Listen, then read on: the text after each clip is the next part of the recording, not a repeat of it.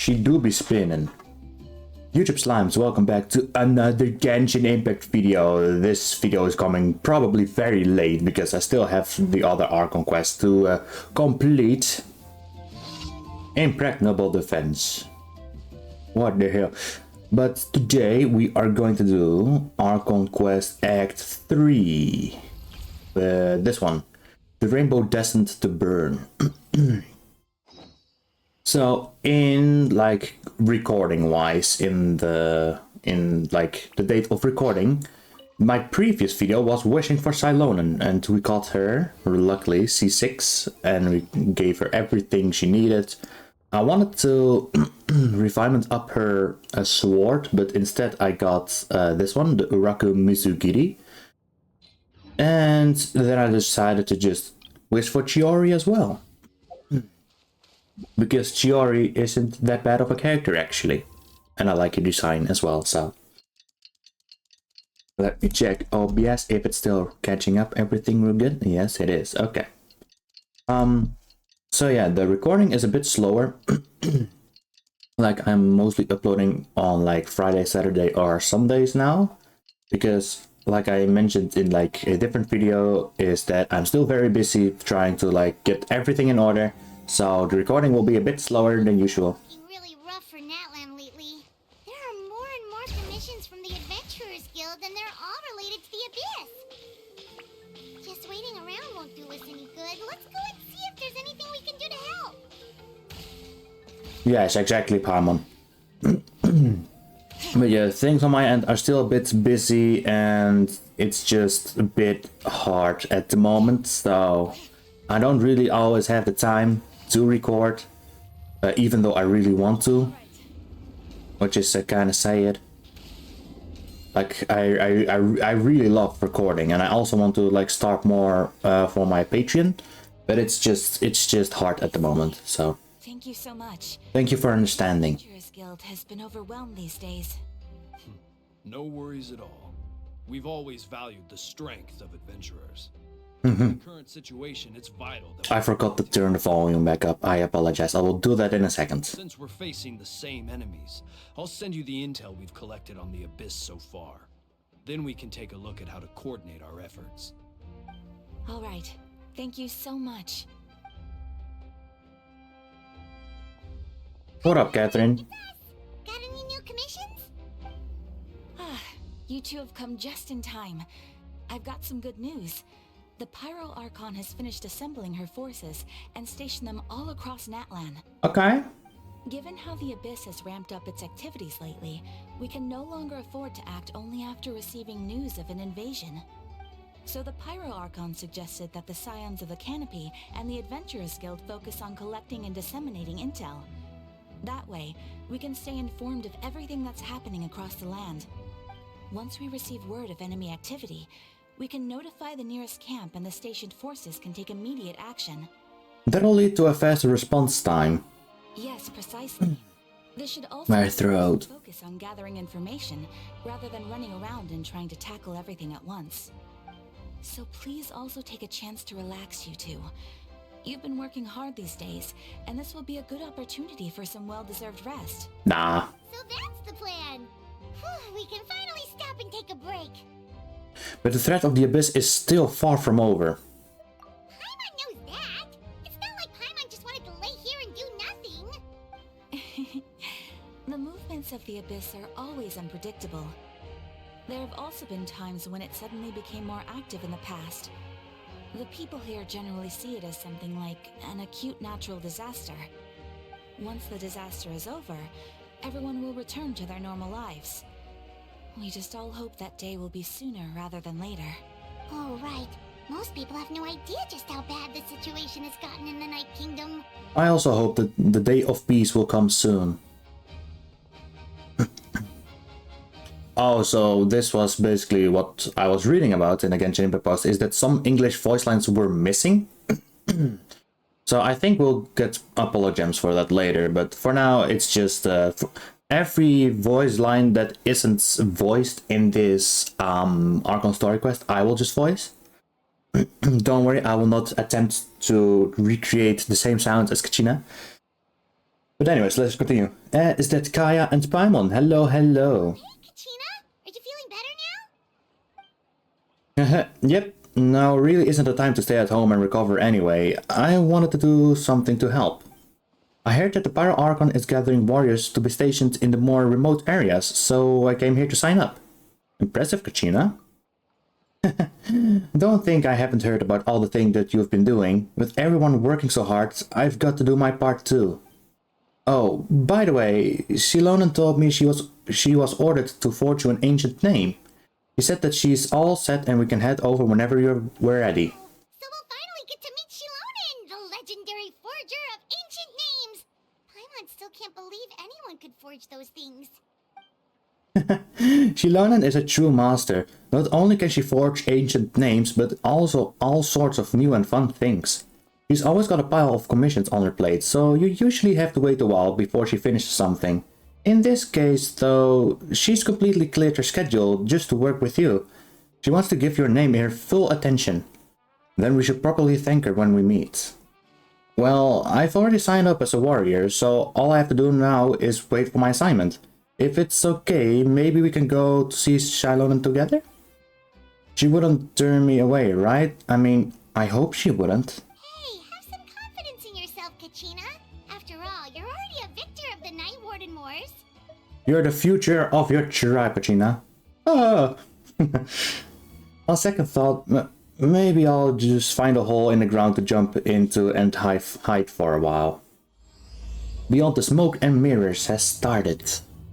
Because we have two acts, which means 2 videos. Wow. Let me fix the audio issue right away. There we go. Much better. I completely forgot to do this as well in the previous video because I have my own AC volume like way up. I apologize, YouTube Slimes, for the silent Genshin video. Alright. Let's just continue.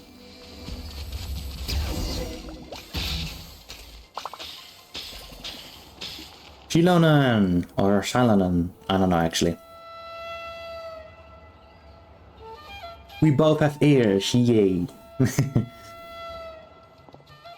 Shilonen, I've brought the person who needs an ancient name. She's super amazing and I've already learned tons of stuff from her. I can vouch that she's really worthy of a hero's name. Ah, yes, so I've heard. So young, and yet you've already got quite the reputation.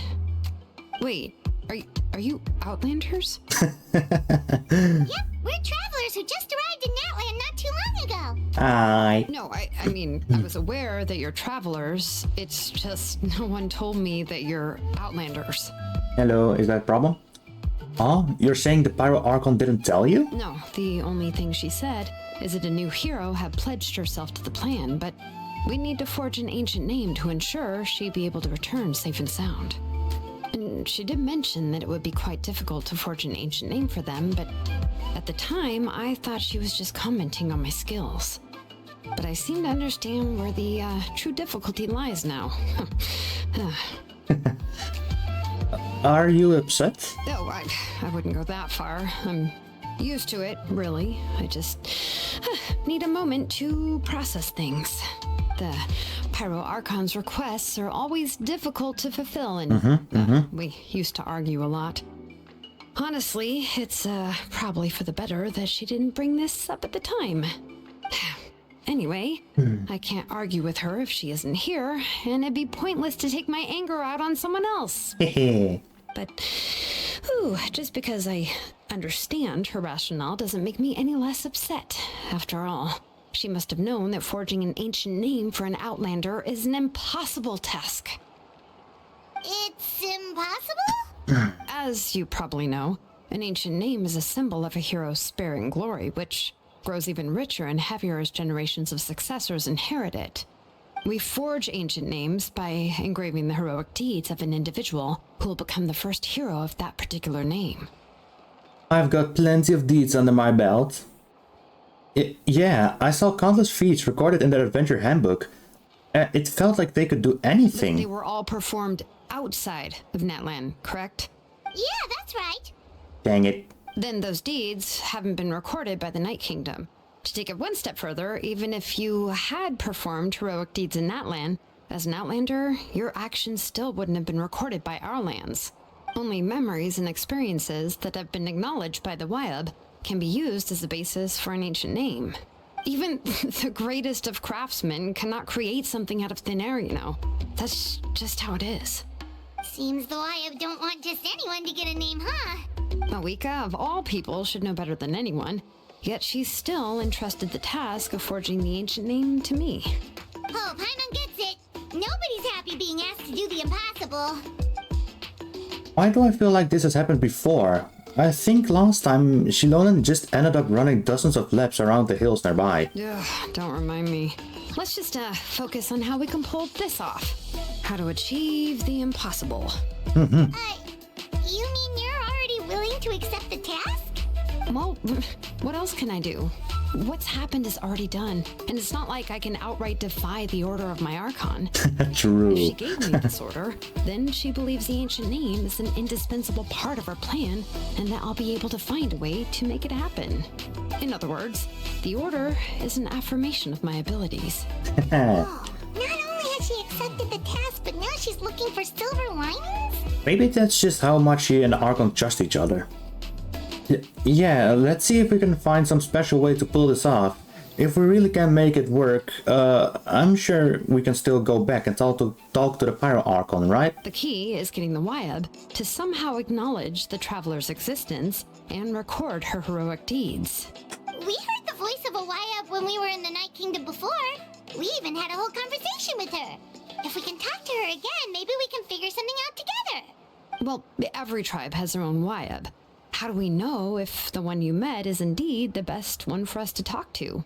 Plus, considering the unprecedented nature of this situation, I have a feeling that the acknowledgement of one Wyab alone would probably not be enough. Would we need to gain the acknowledgement of all 6 Wyab?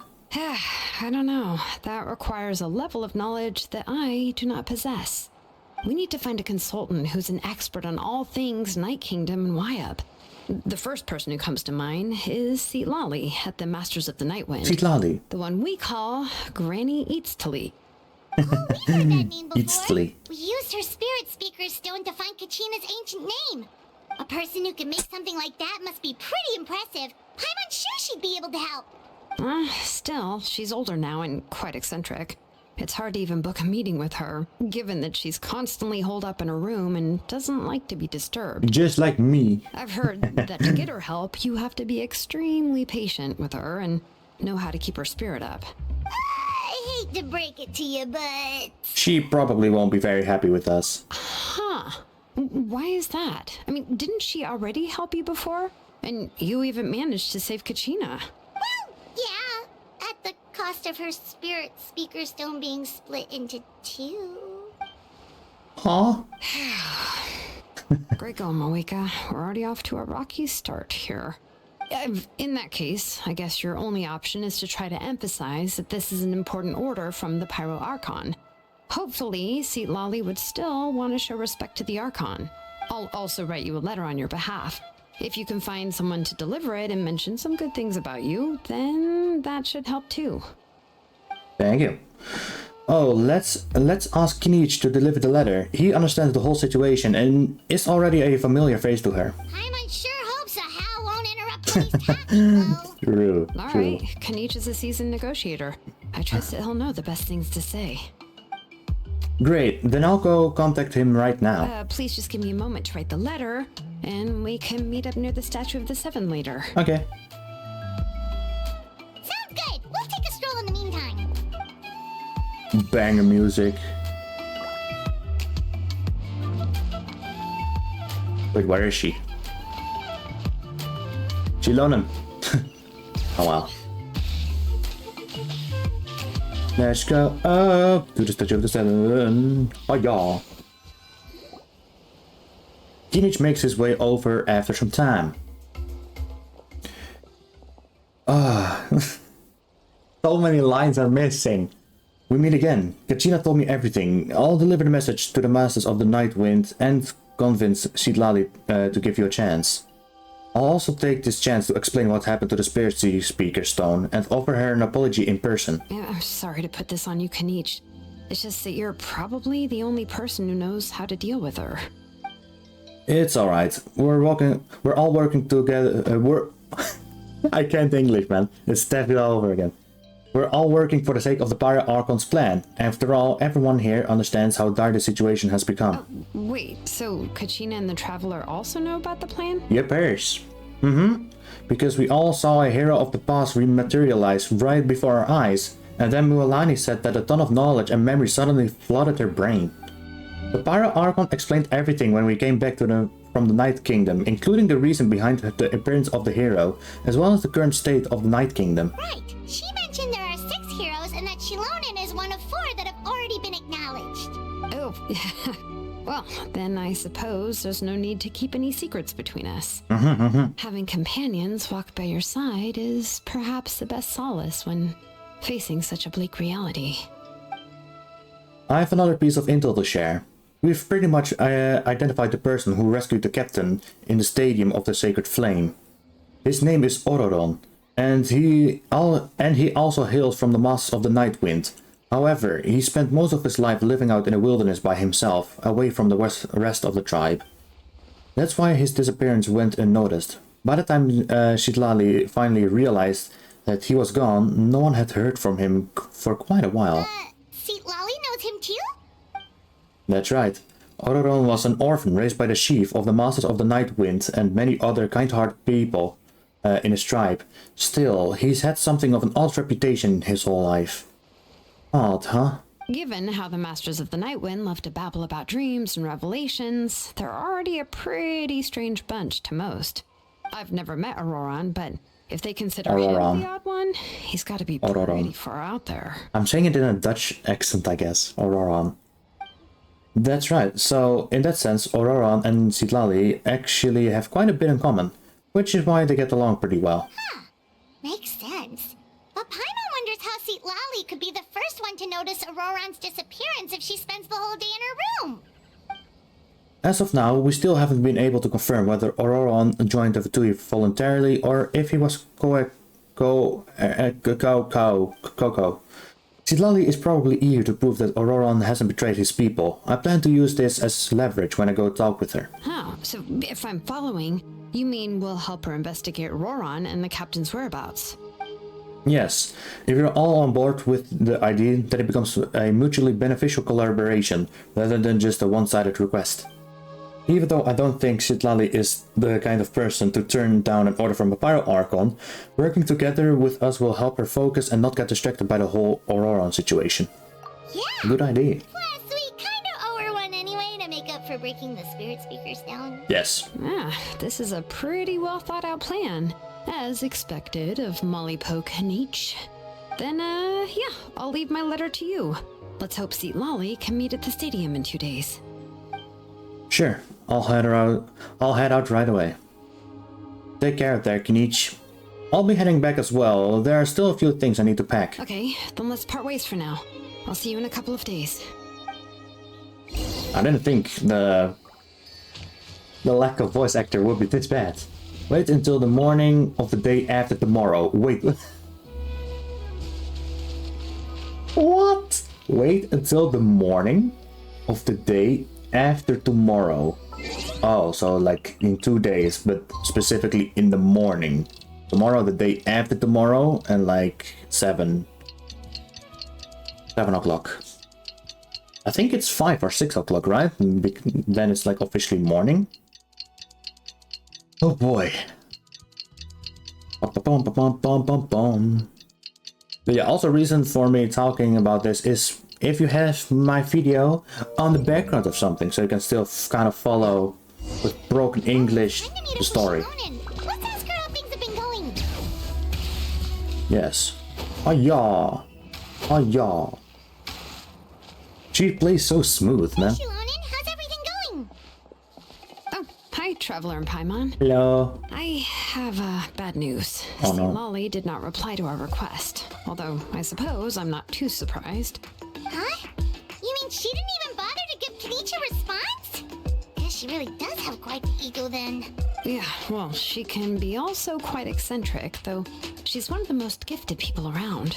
Even the Masters of the Nightwind often struggle to work with her. My guess is that she probably has other reasons for not deigning us with a response. But let's go to the stadium and see if we can meet her there. If we do get a chance to talk to her in person, we can still try to work something out. That's true. Let's go! Yeah. Let's go. Man, the music is so groovy, man. I love Natlan music. Alright, let's go. I wanna skate with the jacket on. Such a mood.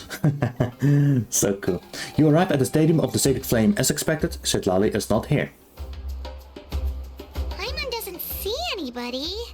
Seems she's just not gonna show up, huh?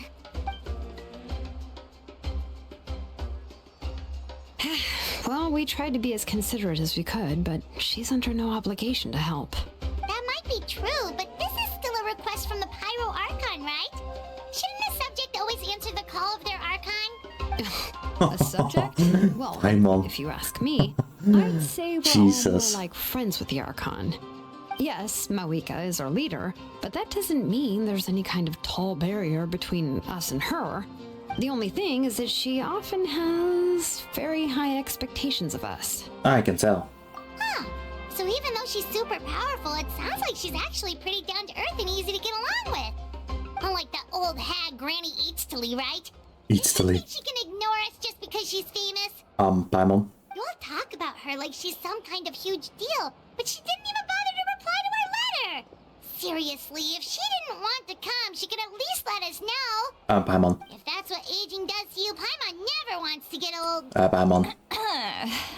Oh, really?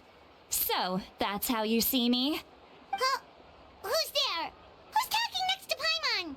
Oh, don't mind me. I'm just a disgruntled old hag, right? Come on, relax. I'm sure my bark's worse than my bite. Huh? Citlali. Huh? Wait, you're Citlali? You're Granny Eatstily? Yes, Granny Eatsley. But emphasis on Eatsley, not Granny. You must know this trope from light novels, surely. They use She's it all the hot. time. The young man who's actually the oldest person in the room. The girl next door who turns out to be a seasoned veteran. The wise sage who looks like a little kid. Oh, wipe that look off your face. You've seriously never seen an older lady that doesn't look her age? Faru-san. Okay, well, don't go thinking it's a trick either. See? I'm barely wearing any makeup. I forget guess. to mention, she's called Granny, but she's actually pretty young. And you were complaining about the Para Archon leaving things out. It was an honest mistake. I guess we've just gotten used to it. I'm sorry. So, how old are you actually? What? How dare you? Don't you know it's rude to ask a lady her age? Paimon really didn't mean to offend you, it's just that your case seems really unique. I'm curious. Paimon just wanted to apologize, but now she's putting more and more of her foot in her mouth. Really, Paimon just got a little mad since we thought, well, you were gonna leave us out to dry. It was my She's so idea sassy. to invite you here, Citlali. So if you're upset, you can just take it out on me. All right. I was only joking. I didn't mean to chastise anyone. There's really no need to take all this so seriously. If anything, I'm gonna feel awkward if we keep this going. I received Kenichi's letter and was planning to attend this meeting. Since I had already decided to come, I figured there was no need to draft a reply that simply said, "Understood." Besides, just showing up is the most important part. No? But, of course... It's also natural for people to get held up by one thing or another as they're trying to leave the house. It certainly was a bit awkward to see that everyone else had arrived before me. One thing I do notice about Citlali is that her S pronunciation is just like mine, like a bit harsh, you know? Like some people have like a soft S, but I feel like my S and Citlali's S is like very, like harsh, you know? At first, I was thinking of quietly sneaking over, but since you were already here waiting for me, I started to think about how I should phrase my apology. Only to hear you all talking smack about me. Wait, I'm gonna need to screenshot this real quick. And screenshot is done. Anyway, that's the whole story. Honestly, it's not like I owed you an explanation anyway. Let me save this real quick. What's with that expression? Was she feeling embarrassed just now? There we go. Is she waiting for us to carry the conversation? Everything she's saying sounds like a joke, but I'm not sure if I should laugh. Would it be rude to laugh, or even more rude to not laugh? When the Masters of the Night Wind said they struggle dealing with her. I wonder if the feeling is mutual.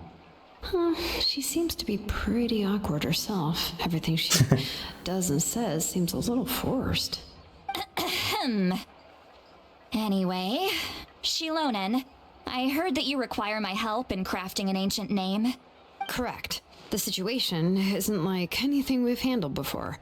Let me explain. Allow me to explain. So Shilonen explains to the power archons of Quest, blah blah blah. I see. Blah, blah, blah, blah. So Mawika has asked you to forge an ancient name for an outlander. Well, that would be a first. What? Oh, am I sure? And you've also heard all about Auroron. I must say, he's always been a good kid. I can't see him joining the Fatui of his own volition. He must have been coerced somehow. We'll know once we find him. Yeah, that's what we came here to ask you. We'll help bring Auroron back if you help us solve the problems of forging the ancient name. What do you think? I suppose I'll just call you Traveler for now. Okay. Traveler, Yeah. come here. Let me take a good look at you. Okay.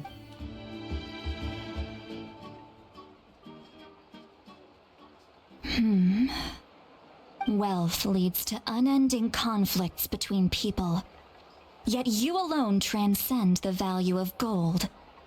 Baleful thunder and wrathful waves bring terror to mortal hearts. Yet again and again, you've braved them to find new worlds. A weary yet free soul, even the most verdant leaf in the forest will pray for your happiness and safe passage. Excuse me, what was that supposed to mean? Those are all the things that I could see in you. You've experienced far more than even most mortals could dream of. You possess the heart of a sincere hero, Yay. along with the conviction to lift a torch above your head and walk headlong into the night. Huh? Don't move. There's something here. Huh? What thing? Don't scare Paimon. Is the Traveler gonna be okay? There it is, there's a spider on me. Shoo! Ah. That should do it. You've just returned from the Night Kingdom, so some fragments of souls were still stuck to your body. No need to worry. I've just cleared out the last of them. What? Isn't that kinda like having part of a ghost come back with you? That's pretty cool. It's nothing as serious as that. If left unattended, the most it could do is stir up some chaos in your mind, and generally worsen your mood. Well, in that case, better to get rid of them. Thank you. It was nothing. Shilonen, let's follow your proposal. Once you've brought Auroron back, I'll take you to see the Lord of the Night. The Lord of the Night. But don't we need to talk to the Wyab of the tribes? Something this important is beyond their jurisdiction. Only the Lord of the Night can decide whether we can grant an ancient name to one who does not hail from our lands. Yeah, of course, because the Lord of the Night, it's like the Night Soul, right? The Lord of the Night is an ancient entity that rules over the entire Night Kingdom, constantly borrowing the power of the sacred flame to combat corrosion from the abyss. Oh, so you're basically saying it's even more powerful than the Wyab of the tribes. Well, that sort of Ooh. makes sense, being the lord of the entire Night Kingdom and all. Not exactly. It's not so much that one's more powerful than the other. But never mind. That's not important. It would take too much time to explain. Just listen carefully to what I'm about to tell you. Okay. The Lord of the Night is currently in a deep slumber, and we can only communicate with its consciousness while in a trance. In other words, in a dream. But I will need to prepare a few more things if we are to hold a ceremony to achieve the state of the trance. I'll make a list. Can any of you get everything for me? Yes. I can go. It'll probably be a long list, so better leave it to someone who knows all the local vendors. Sounds good. Then we'll go with Citlali to track down Auroron. Phew, the Fatui are nothing to scoff at, so please, be careful during your investigation. If you need any help, just come find me. Yep, we'll be sure to play it safe. Good luck, Shilonen. Alright, now it's time for us to catch that brat and bring him back. I'm sorry I made you wait earlier. It was actually because I decided to swing by Auroron's place to look for clues. He has always lived alone, and I found a broken jar in his house. There was also something off about his phlogiston aphids, which I assume is because their keeper has been gone for quite some time. And interestingly enough, I saw some slash marks in the house that did not match any of our local weapons. My guess is they were left by Snezhnayan arms. Oh, sounds like the Fatui broke into his house and took him hostage. But Maybe. why would they kidnap a kid who just spends his days living in the country and raising aphids? He's only in his 20s. What would they want with him? That's not to say that I believe he's totally innocent, of course.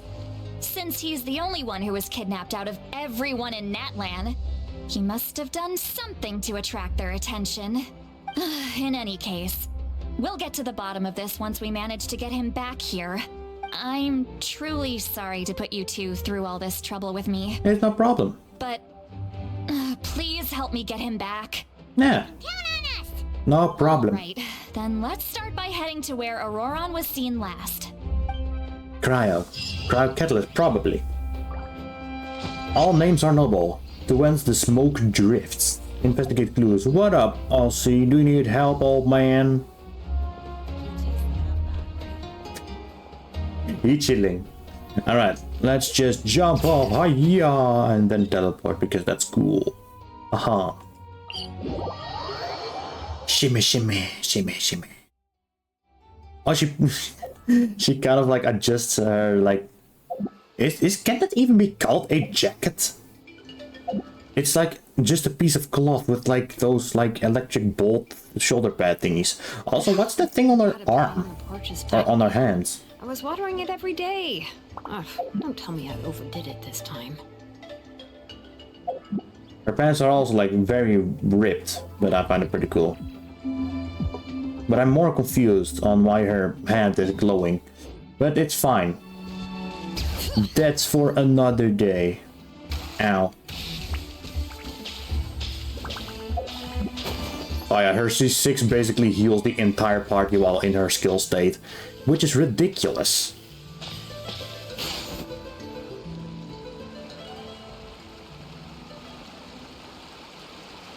This is the spot. I love the way citlali looks. An eyewitness claimed to have seen With the Auroron Tron speaking discs. to some Fatui soldiers here. I don't know how much you're willing to believe me, but Auroron really is a good kid. I see no reason why he'd suddenly get involved with the Fatui. I believe you. I'm convinced that what the witnesses saw was actually the Fatui coercing him, or perhaps trying to extract information. However, I doubt anyone would believe me, given there are no signs of a fight. Didn't Kanich say that she's a big name in Natlan? Feels kinda weird to see her so frustrated and helpless like this. True. Could you tell us a little more about him? Auroron? Mm-hmm. Well, he was left at the side of the road as an infant, and the people of the tribe took him in.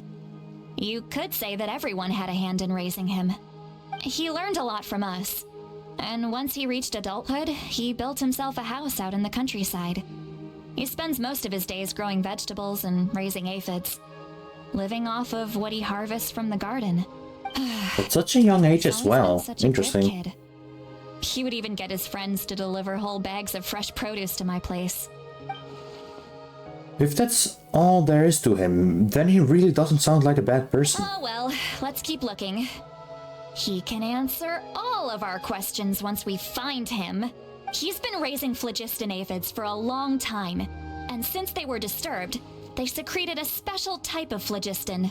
We can use that substance to track his movements. Okay, Let's follow the phlogiston trail. sure. What scout trail. Paimon doesn't see anything. Oh, right. I forgot your eyes don't naturally perceive such things. Here, give me your hand.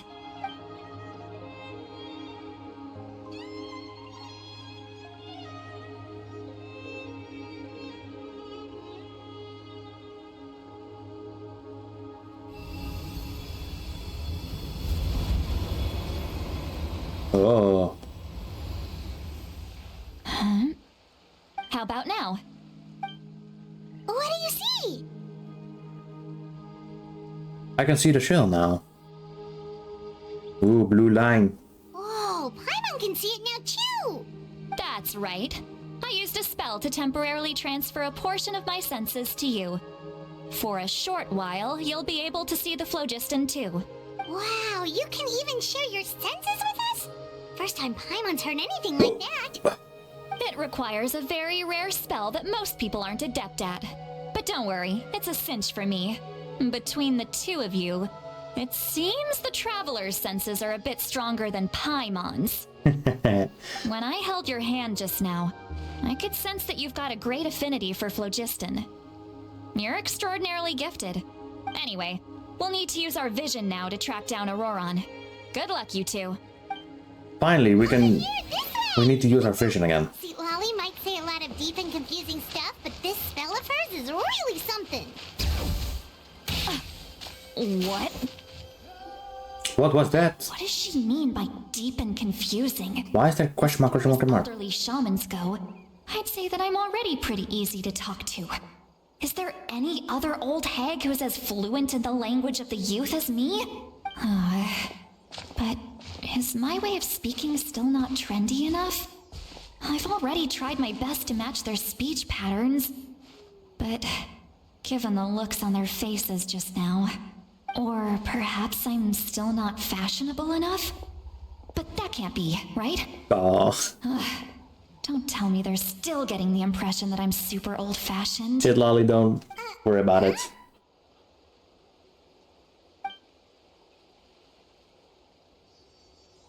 I think I just heard a voice. Wait, but it wasn't with my ears. It wasn't all in my mind. That? Citlali's voice?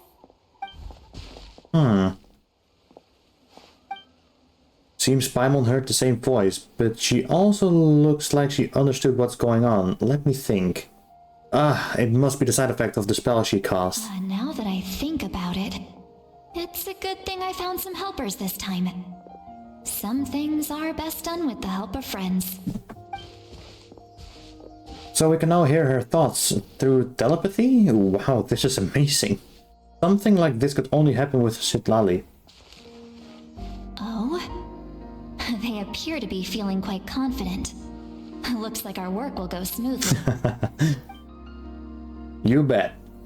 Leave it to us. Hiya. Hey, looks like there's a new camp over there. Yeah, my eyes itchy. Yeah, judging by Paimon's experience as a guide, it definitely looks like people set up camp here. Wait. The phlogiston here is a bit odd. How Let so? me see. I like her dress thingy. Paimon sees a small shape here. Could it be some sort of symbol? I don't know. This is a distress signal for the Masters of the Night Wind. Oh, Only someone from our tribe would recognize it. So Auroron was indeed being threatened. We've got to find him. Fast. Leaving such a subtle mark implies that he was trying to be discreet. In other words, he was probably under the Fatui's watch. If they notice us, we can just charge in and fight them to the death. okay. But what if my darling grandson is also there? I can't have him caught in the crossfire. Wait, Auroron is citlali's grandson? No, I've got to be careful. Otherwise he'd get hit as well. How What? annoying. No, I've got to stay calm and keep my composure.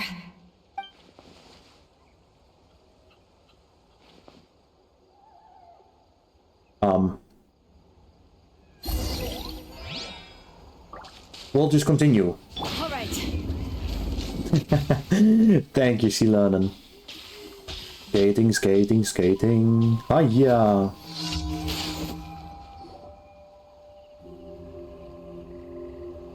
There are traces of people staying here too. Wait a second. The phlogiston around here is jumbled up. I can also smell a mix of elements in the air. Pyro, electro, and some other elements as well. You can smell that? Peach told us that you were super amazing. No wonder you can sense so many more things than us. She's like Tanjiro from Demon Slayer, what? It's about time that little brat said something nice about me. There are signs of a struggle here. Judging from what's left on the scene, there must have been a fight. But after that, the factions seem to have gone their separate ways. Both the phlogiston and the elemental traces in the air support that. Seems like Aurora found a chance to fight back. Do you still remember the little mark we found before? Paimon's thinking, what if Auroron wanted to leave another distress signal, but was caught by the Fatui? Citlali looks pretty worried. Indeed, judging by the distress signal from before, Aurora was being held by the Fatui. So, given the differences in numbers, he probably wouldn't have been able to overpower them. Given there are 2 signals leading from here, we should split up as well. Okay.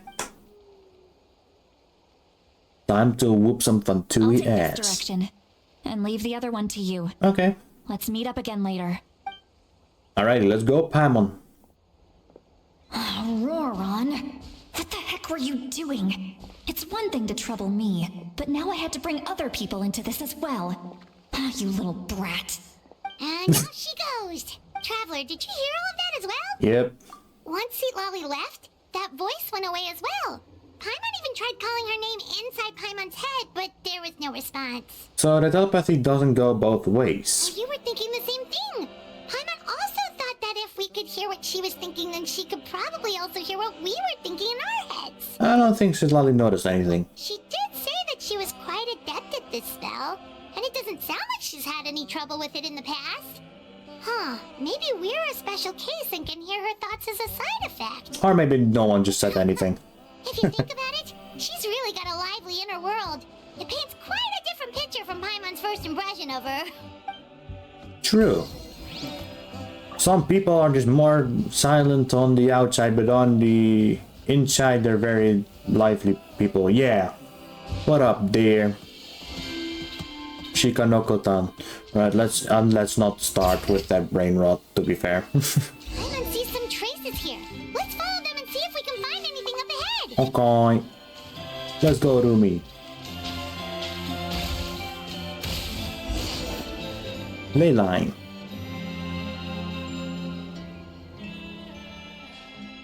There are traces of phlogiston here, but... Did you find something? Nope. I found some traces of phlogiston. Huh. So we can't tell where Auroron might have gone from here. Up. That's weird. The phlogiston trail suddenly stops. We can't make anything of these footprints either. But he can't have just evaporated into thin air, right? We know he wasn't alone. He had all those Fatui with him. Paimon's right. This is all extremely strange. Also... You can hear the sounds of the wind from beneath the earth. Auroron, is that you, my boy? Come here, you little shit. Oh, whose voice? Oh, I'm tripping. Oh god. It's Sumeru all over again. Not the drugs, please. I'm so tired, man. Ooh. Hello. The Night Kingdom? How did I get here? I'm very sorry, but please do not move. I have no desire to hurt you. Okay. Hi, I Auroron. apologize that our first meeting has to take place like this. It's just that you're much like one of those animals with ears that perk up as soon as it senses danger in their environment. And given your combat proficiency, I would not have been able to gain an advantage over you if you were anywhere else in the world. However, you're now in the Night Kingdom, a familiar domain to the masters of the Night Wind. Hello, traveler. I love his eye color, man. Auroron, the one you've been searching for. What up, man? You have beautiful eyes. God damn, I like his hairstyle, actually. But what does this mean? Have you escaped the Fatui's custody? Ah, the Fatui's custody. I see. So even Granny has told you that I was coerced by the Fatui. Oh, coerced. I'm afraid you've been brought here by a lie, like a false omen in the lingering smoke. My friend and I only left those traces to lure you here. Deceiving you was never our true intent, however. It was simply the fastest and most feasible way for us to set up a meeting. Wait, already? Greetings, traveler from afar. Be careful with this traveler. Her soul is temporarily restrained by us, and it appears to have become more fragile in the process. It's taking all my concentration to hold on to her. It was I who tasked Auroron with leaving the traces to lead you here, and I who used the Master's ritual to bring your soul to the Night Kingdom. I might need to do something real quick. If you'll excuse me for just a second. Bom, bom, bom.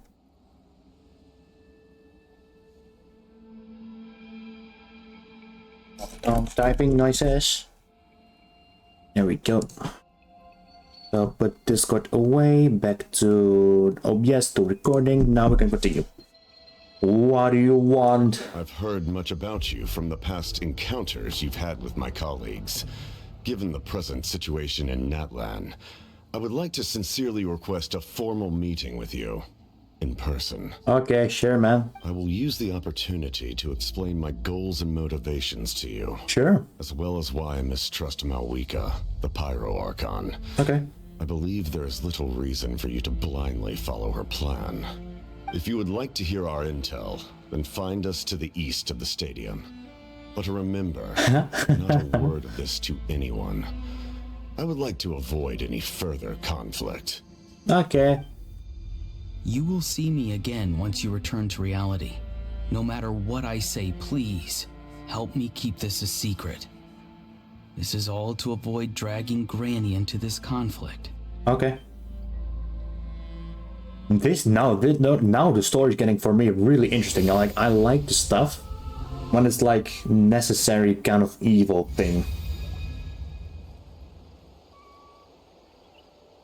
Like he isn't like bad, you know? Hey, what happened just now? But he's like necessary bad. Stop responding. I'm fine.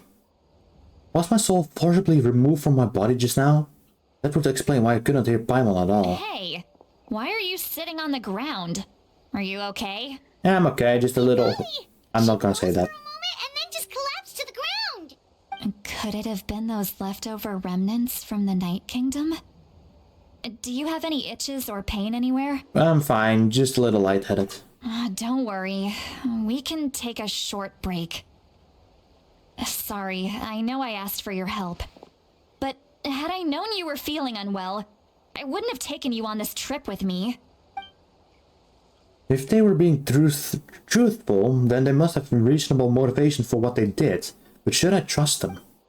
I could just share everything with Paimon and citlali right now, but that'd mean giving up on the lead. I still haven't had much dealings with either the Fatui or the Masters of the Night Wind. I suppose I'll stay quiet for now and see if I can find out anything else. That's also what I would do. If you're feeling sick, you should just say so. Citlali should be able to, exercise any ghosts or weird stuff that you picked up in the Night Kingdom. But the thing is like the captain, like he didn't sound like very intimidating or threatening. And Auroron was also just explaining very well the situation, like how we are. No, wait, no, I can't English. Wait, give me a moment, please. Cut me some slack. Like, he's like. Never mind. We'll just continue. He just held us hostage, but it's fine, and they were nice. Let's just say it like that. If you need anything from me, just say the word. I'm feeling fine. Thank you for your In any concern, pal. case, let's take a bit more time to rest now. Yeah. Even though the situation remains quite urgent, you take longer break, blah, blah, blah, or else the worst case animal me walks it like a previous eyes, your person performs another checkup. Need to be more careful next time. Okay. Feeling better yet, Traveler? Yeah. All right, let's get ready. I followed my phlogiston trail earlier to a stronghold guarded by soldiers. I have a feeling that Auroron is probably Oh, so it's close by. Then let's head over right away. I'm so sorry. I didn't realize I was holding you up.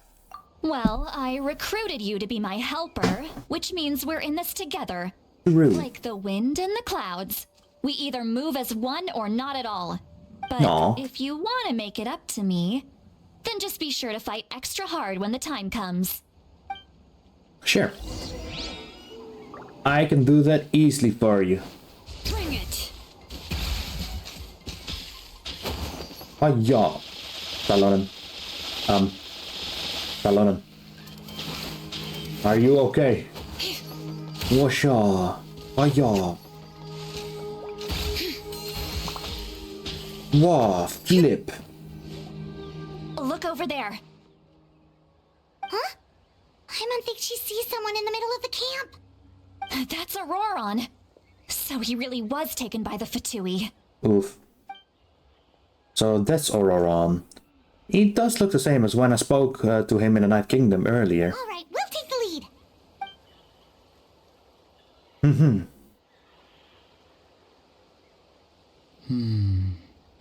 Hey, quit daydreaming. Don't you have work to do? I cannot see the sun. What? Without the sun, I cannot see the truth. You are currently blocking the light, so I must beseech you to move aside.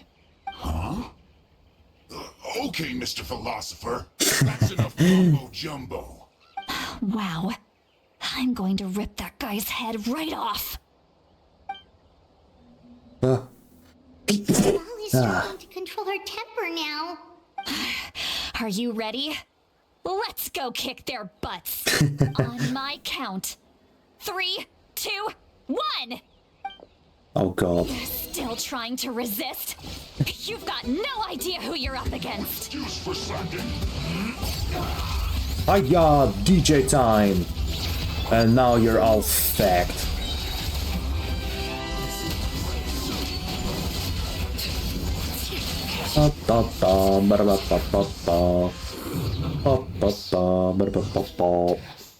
Auroron! Granny! Why did I say? What's the relationship between them two? What the hell? She's called Granny Eatsley, but it's still kind of weird hearing someone actually call her Granny. And greetings to you too, other Granny. Granny. What did you just call her? Granny. Is that not right? You are Granny's friend, are you not? You seem to be approximately the same age as her, so I figured you're also a Granny. Fair assumption. How many times have I told you? It doesn't work like that. There are a lot of people who look about the same age as me. You can't go around calling everyone Gramps or Granny. Oh, wait. He's not a child, is he? Don't tell Paimon he's one of those people who look like an adult but are actually only 8 or 9 years old. Oh, your words have pierced my heart like a thorned vine. Given how hard those thorns are to remove, I may just need to find a pair of tweezers. What? Why are you so upset? You can just say yes or no. Of course I'm not a child. It's just Granny always taught me to show gratitude where it's due. And since the Masters of the Night Wind raised me collectively, I basically see everyone above a certain age as an elder I should look up to. The way he talks has definitely changed, but it doesn't feel like he's putting on an act. He asked me to do whatever I could to help keep things a secret. Even said it even said it'd be for citlali's sake. So yeah, treat everyone like they're your grams and grannies. Exactly. But if you keep that up, then everyone's going to be your senior. And do you think saying all of this is gonna save you from a scolding, Auroron? Haven't I told you 100 times since you were a kid? Heed the 3 warnings. Be wary of bees prowling around, scammers looking for their next victim, and strange people who appear out of nowhere. Oh, so you do remember, and you just chose to ignore them. I always knew that living on your own was going to get you into trouble sooner or later. But getting kidnapped? That really takes the cake. You won't always be able to rely on other people coming to your rescue, you know. You're just lucky we got here when we did. Or we might be launching another search and rescue operation to find out where they put your severed head. I'm sorry, Granny. Be more careful next time. Next time? Oh, good one. You think there'll be a next time after this? Not a chance. They didn't hurt you, did they? No, they just asked me a lot of questions about Natlan's terrain and made me draw a map of the ley line distribution. Okay, now answer me honestly. Were you the one who helped the captain escape after his battle with the Pyro Archon? Yes. Okay, he's... At the very least, I respect his truth. So why did you do it? Because they said they would need my help from there on out. They also said that if I refused, they'd just come to you, Granny, and they'd already figured out a way to make you do their bidding. Hey, I'm no ordinary Granny. Would they really dare to come after me? And you! Did the gods give you a brain just for you to not use it? Did you really believe everything they said at face value and not stop to think? Thankfully, the Pyro Archon only asked that we find the mysterious individual from the Masters of the Night Wind and didn't slap your name on a wanted poster. Don't think for a second that she doesn't know what's happening. Even if the truth that you see will soon manifest into reality, there is still no need to preemptively panic. Have you forgotten the words that I've taught you? I'm sorry. Forget it. We can submit the details of this camp and the defeated Fatui as evidence of your innocence. Let's clean this place up and get back to the city. Auroron, you better remember this lesson well and seriously reflect on your actions. Also, once we return to the city, come to the speaker's chamber with me. I'll need you to explain everything. Sounds good. Should I bring some of my homegrown vegetables as well? Your vegetables? Yeah, man, my vegetables. I grow a lot of fresh produce in my garden. I hope the Pyro Archon won't be too picky about the selection. Now's not the time to be thinking about that. If you do come face to face with the Pyro Archon, the first thing you should do is... Recite the 3 warnings. Huh? No! You should emphasize that you were not in cahoots with the Fatui! How exactly did the Masters raise this guy? Oh, right. I'm so confused, man, about the relation between them. What? It's like mother and child, and he acts like child as well. He's like, Auron is not dumb. Like, let me get that straight, he's just playing dumb. You return to the city and citlali brings you to the speaker's chamber, where you recount everything that has happened to Auroron. I see. So Auroron came to the captain's rescue because he promised to help him in exchange for Citlali's safety. That's right. I'm sorry. Now that you know Auroron was only trying to protect another member of his tribe, could I ask you to petition the Pyro Archon for her forgiveness? We'll give her a full report. We'll let you know once she's reached a decision. Will I need to stay here? Technically, yes. But if Miss Citlali is willing to serve as your guarantor, then we can release you from custody. Sure. I'd be happy to do that. I don't have any more time to waste here. I still have other things to do. Understood. Thank you very much. Mr. Auroron, please report back to the speaker's chamber as soon as you've received notice of the Archon's decision. I understand. Thank you. And thank you too, Granny. Well, at least you won't need to hide your face anymore. Traveler, Paimon, thank you very much for your help. I got you. And don't worry, I haven't forgotten about my side of the deal. Ancient name, right? Once Auroron is settled, I'll go talk to Shilonen and get started on forging an ancient name for you. Thank you. Oh, thank you. I'll be counting on you. You scratch my back, I scratch yours. Mm-hmm. It's as good as done. You can just go twiddle your thumbs or something while you wait for the good news. Bye for now. Come with me, Auroron. We've got to find you a place to stay for the night. Goodbye, Mother Granny. This new grandson of mine is way too polite. Don't worry, I know. That look on his face, he's probably trying to remind me about my promise. He doesn't strike me as a liar. Had I not seen everything for myself, I'd never had guessed that he could have done so much work behind Citlali's back. What does he really want? We're finally done. Alright, it's time to find some grub. Paimon, there's something I need to tell you. Huh? What is it, Traveler? You pulled Paimon aside and told everything you saw earlier when you collapsed. What? That happened? Keep your fucking voice down. Sorry. Only Paimon may I know. just didn't see that coming. So you really saw him in the Night Kingdom? Mm-hmm. And he didn't attack you? Correct. Oh, that Auroron. What is he up to? He sounded earnest enough just now. Paimon would have never guessed anything was happening. All that stuff about protecting citlali and being forced to help the Fatui, when he's actually been a willing accomplice all along. I'm still not completely sure. We still need more information. Yeah, you're right. Still, Paimon appreciates you telling her about this. Paimon will support your choice no matter what, so if you want to go, we can go together. We still have another whole day before the meeting, so we'll just meet with them when the time comes. Yeah. Oh, my eyes, man. Alright, wait until 20 the next day, which is, I believe, 8 o'clock? It's 8, right? Because 20:30 is... Goddamn, I don't know time in English. Like in Dutch, it's 9:30. Like half and then 9. Because it's basically a half an hour before it's 9. Alright. Go to the agreed location. Yep. Here we go. Oh, y'all. Yup. Hop.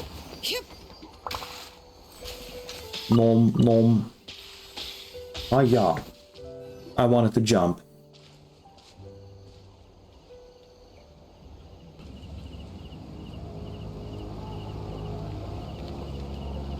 Weird. Paimon doesn't see anyone. Oh, please don't let this be a trap. I don't think it's a trap, but I don't think they're happy to see Paimon, but... What was that? Good evening. Nice to see you again. Hello. It's you. You shouldn't pop up from behind people like that. What are you, a ghost? I'm terribly sorry. It's just a force of habit. And what's with you apologizing all the time? You sound so polite and honest, but you're actually doing shady stuff behind people's backs. You're right. Granny tells me that too. Huh. Come to think of it, you remind me of her. Sometimes you two sound really similar, you know. Oh, so you're gonna call Paimon Granny too now? Well, I could. Let's get straight to the point now.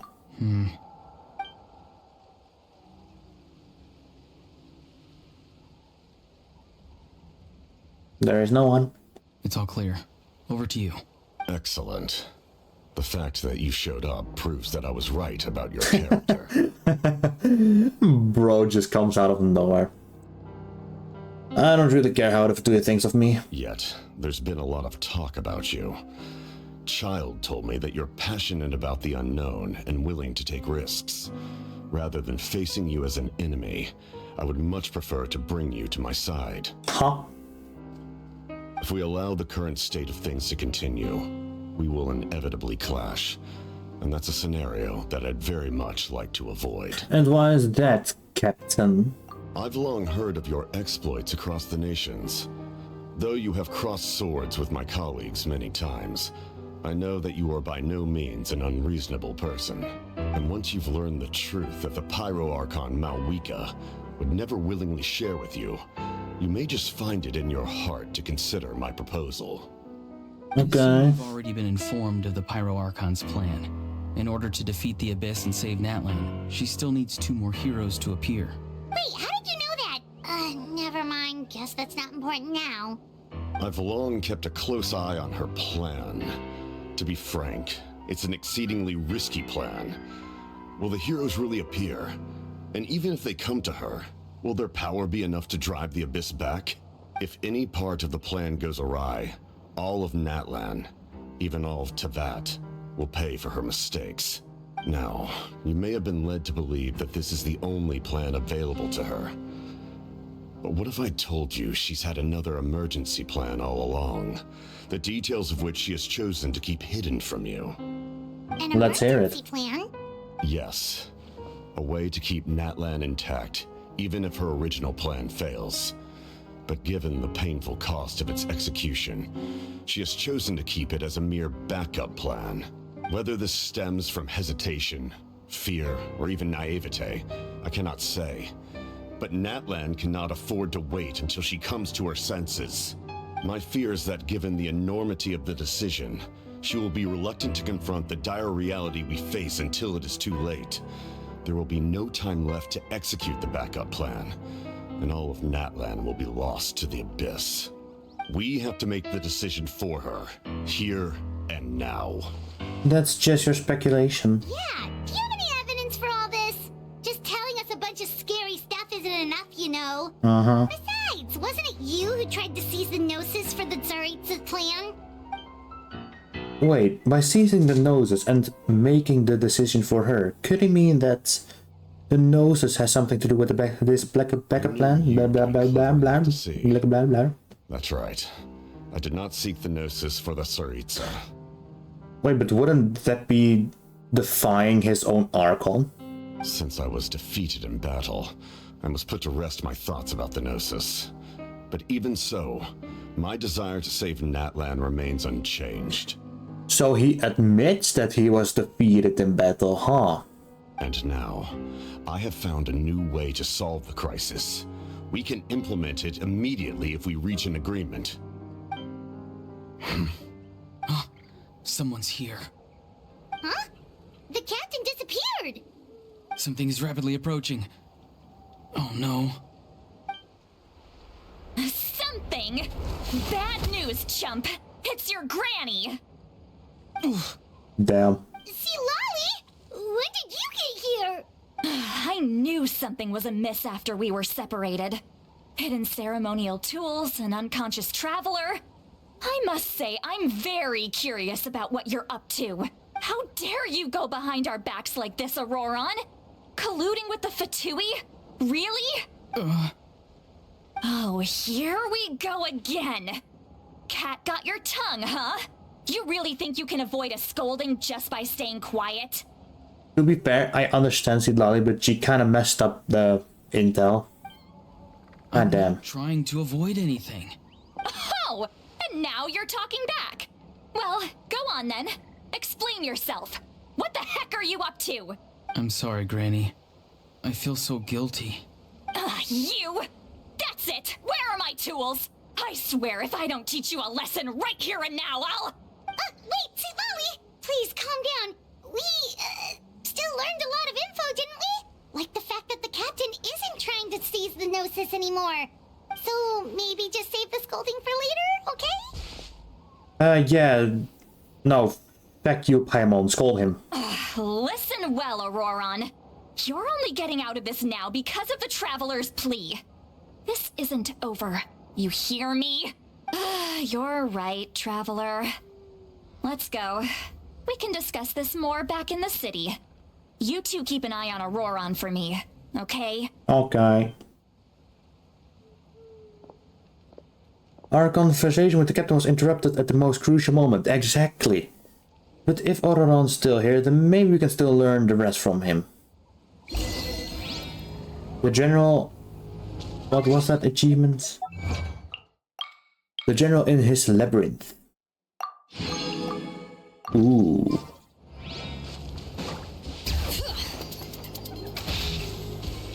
Here we go. Skating, skating, skating.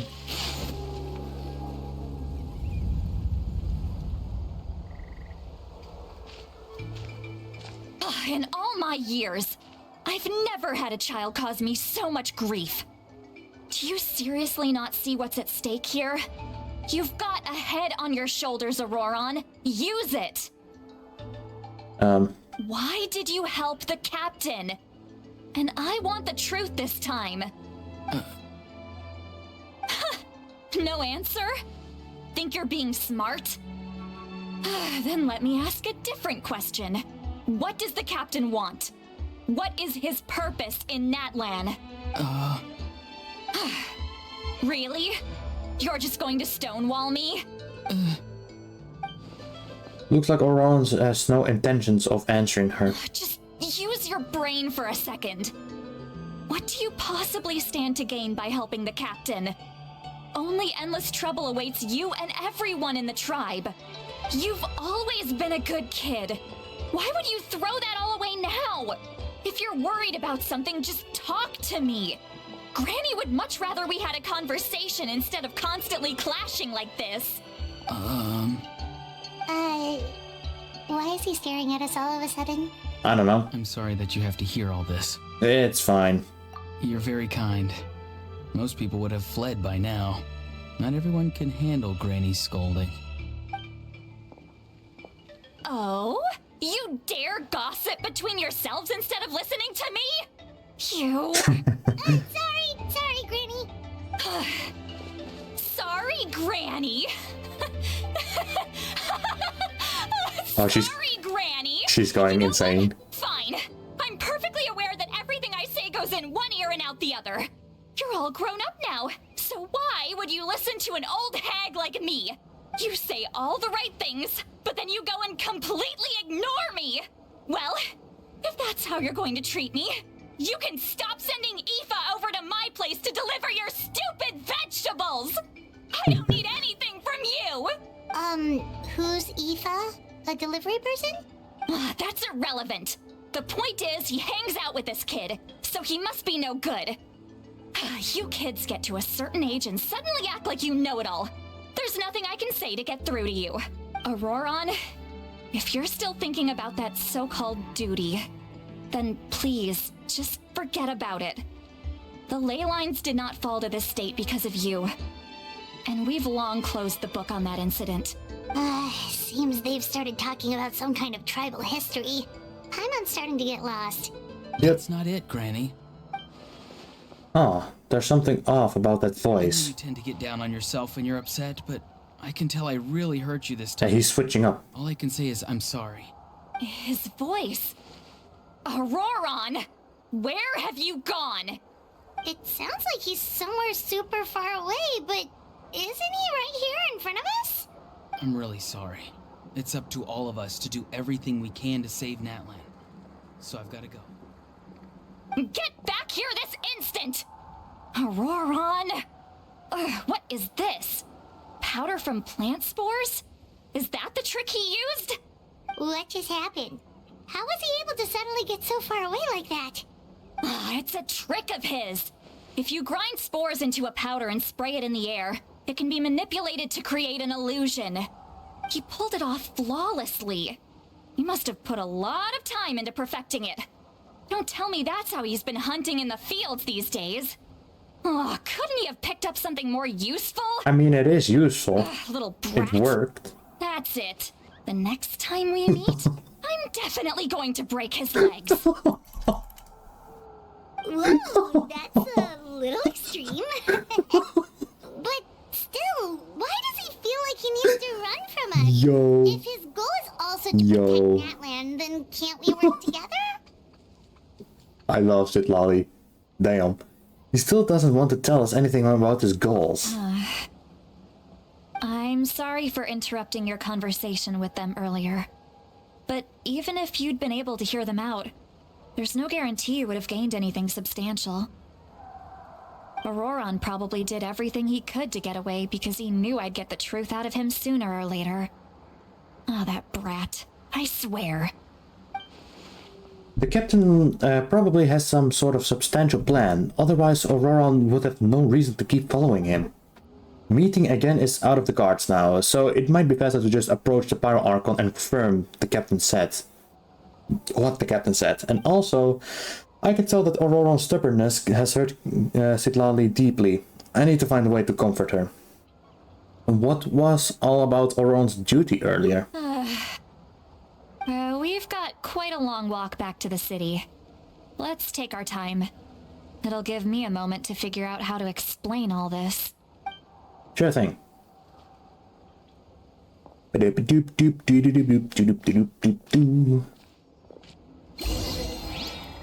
By the time of recording this, I don't even think I've like uploaded like part 1 and 2 of the Archon quest even. Damn. My bad, YouTube slams. I'm sorry. I apologize.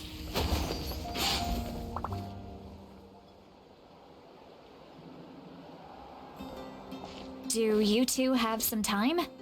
Feeling hungry? How about we get something to eat? Actually, yeah. Oh, right. It's been a while since we last ate. Now that we can relax, Paimon just realized how hungry she is. Well, then let's go. We can find somewhere to sit down and talk. Food and drinks are on me. Yeah, it's okay. We can cover our own bill. Really? You're not gonna take her offer? Bye, Mom. That's right.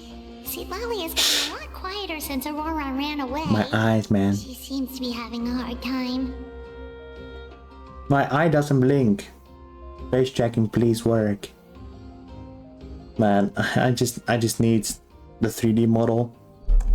I mean, this model is fine, but could be way better, you know? She's right. We're seasoned adventurers, so we're more than capable of paying our own bill. Hey, come on now. You won't even let me take you out for some food and drinks? I just wanted to treat you to a meal. Are you sure? We can save you some Mora. Mora is the least of my concerns. Besides, we're definitely due a meal after all the time we've spent together. True. Let me get this one. I might be an old hag, but I like to think I'm not completely useless. No one's ever said that you're completely useless. But No. Paimon doesn't want you to be sad, Citlali. Don't worry. I'm sure a juicy grilled steak will work wonders. I really love her and them. But I love Shilona more. Ain't that right? My goodness, man. God. Some steak, huh? Yeah. Same, to be fair. Alright, let's just run to the inn. Well, whoopsie poopsie, there's the other way. Whee! Front flip. Nailed it.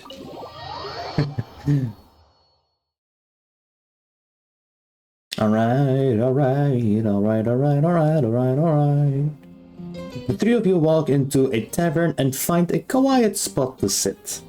You and Paimon order some food and fruit juice while Citlali begins chugging down bottle after bottle of wine. Yes. What are you looking at? Do you see two people standing by the door? Oh They no. look like spitting images of each other. Are they twins? But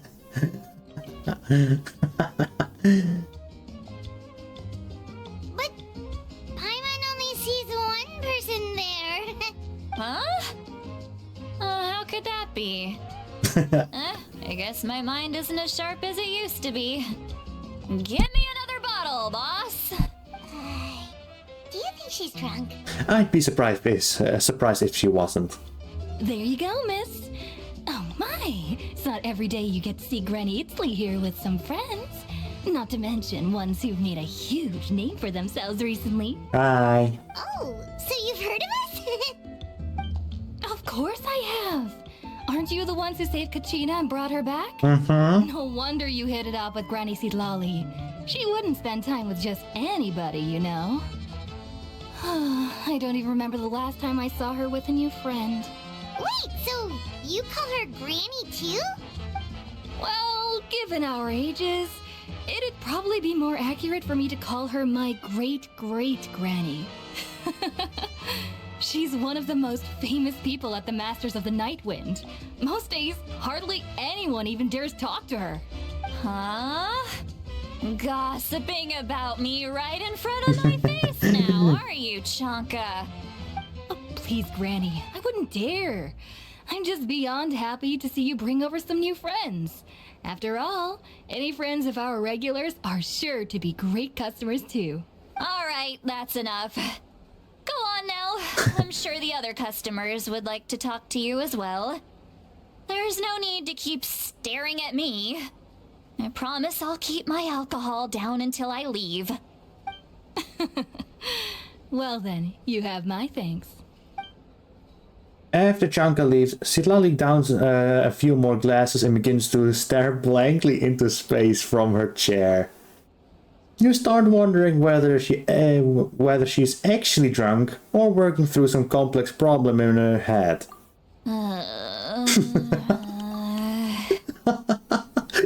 Yo, let's see, thumbnail. Here we go, baby. Citlali? Citlali? Who's that? You got some gall calling me by my first name. Let me guess. You want to test your skills against Granny Eatsley, don't ya? Are you still with us, Citlali? You're kinda talking to no one.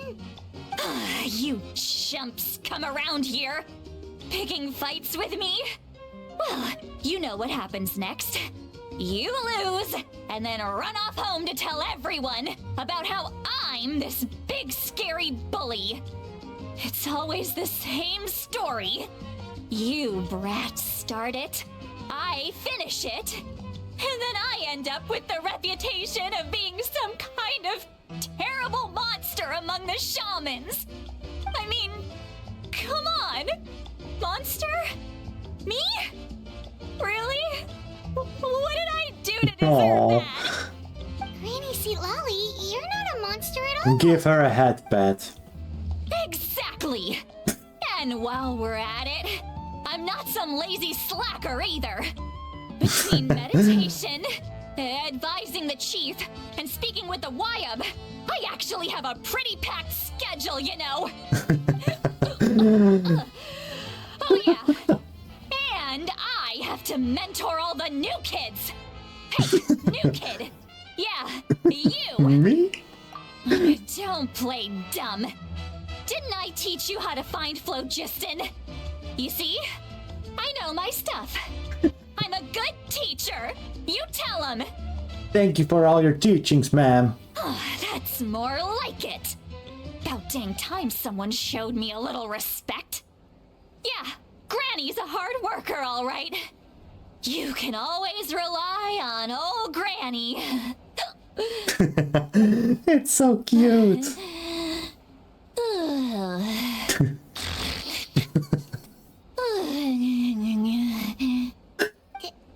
Did she just fall asleep with her eyes open? I just wanted to mention that. Jeez. Behind this pitch black curtain, a chapter of hatred reveals itself. Behind the smoke. The lingering smoke. What? She's meditating again.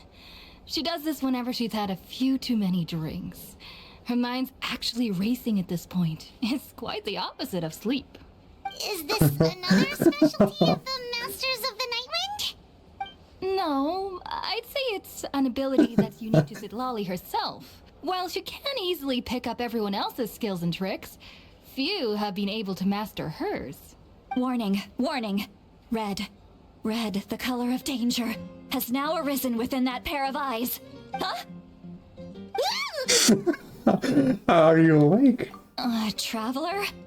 Paimon? What's wrong? I'm God. gonna hurl.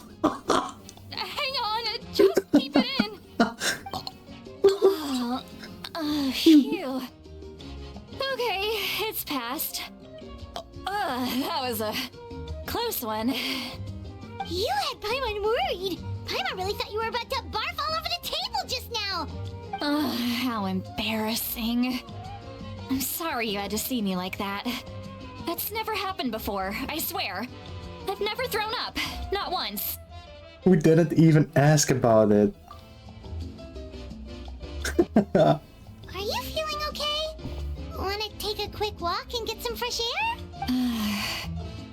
There's so much that I want to say, but I can't. Why not? Why not? Of course you can. Just say whatever's on your mind. Please, Paimon, it's not as simple as you think. We've only known each other for a few days, right? What would you think of me if I were to start dumping all of my complaints on you after we've only just met? Oh, Paimon gets it. You're hoping that we wouldn't think less of you no matter what you're about to say. No, that wasn't my point at all. Seriously, don't you youngsters know anything about shame? I'm talking about shame.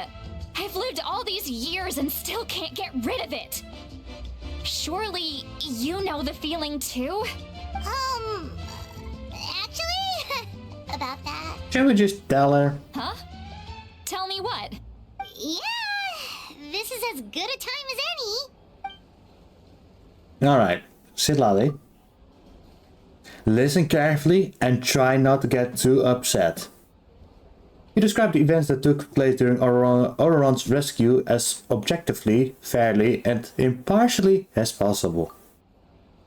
Citlali shared some of her senses with you through a spell, allowing you to temporarily hear her thoughts.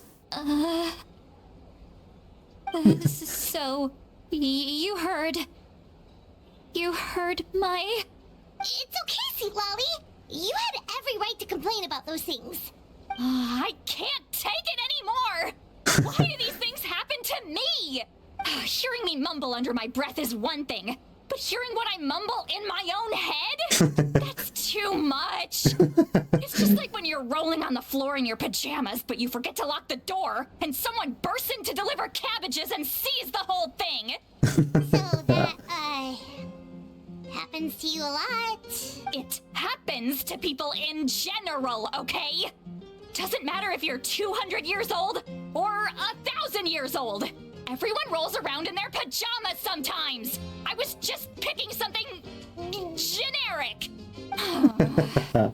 Are you okay? You look dejected. Take a walk with me. I have things to share with you. Looks like she's completely given up. Like those criminals who just confess everything and accept their fate.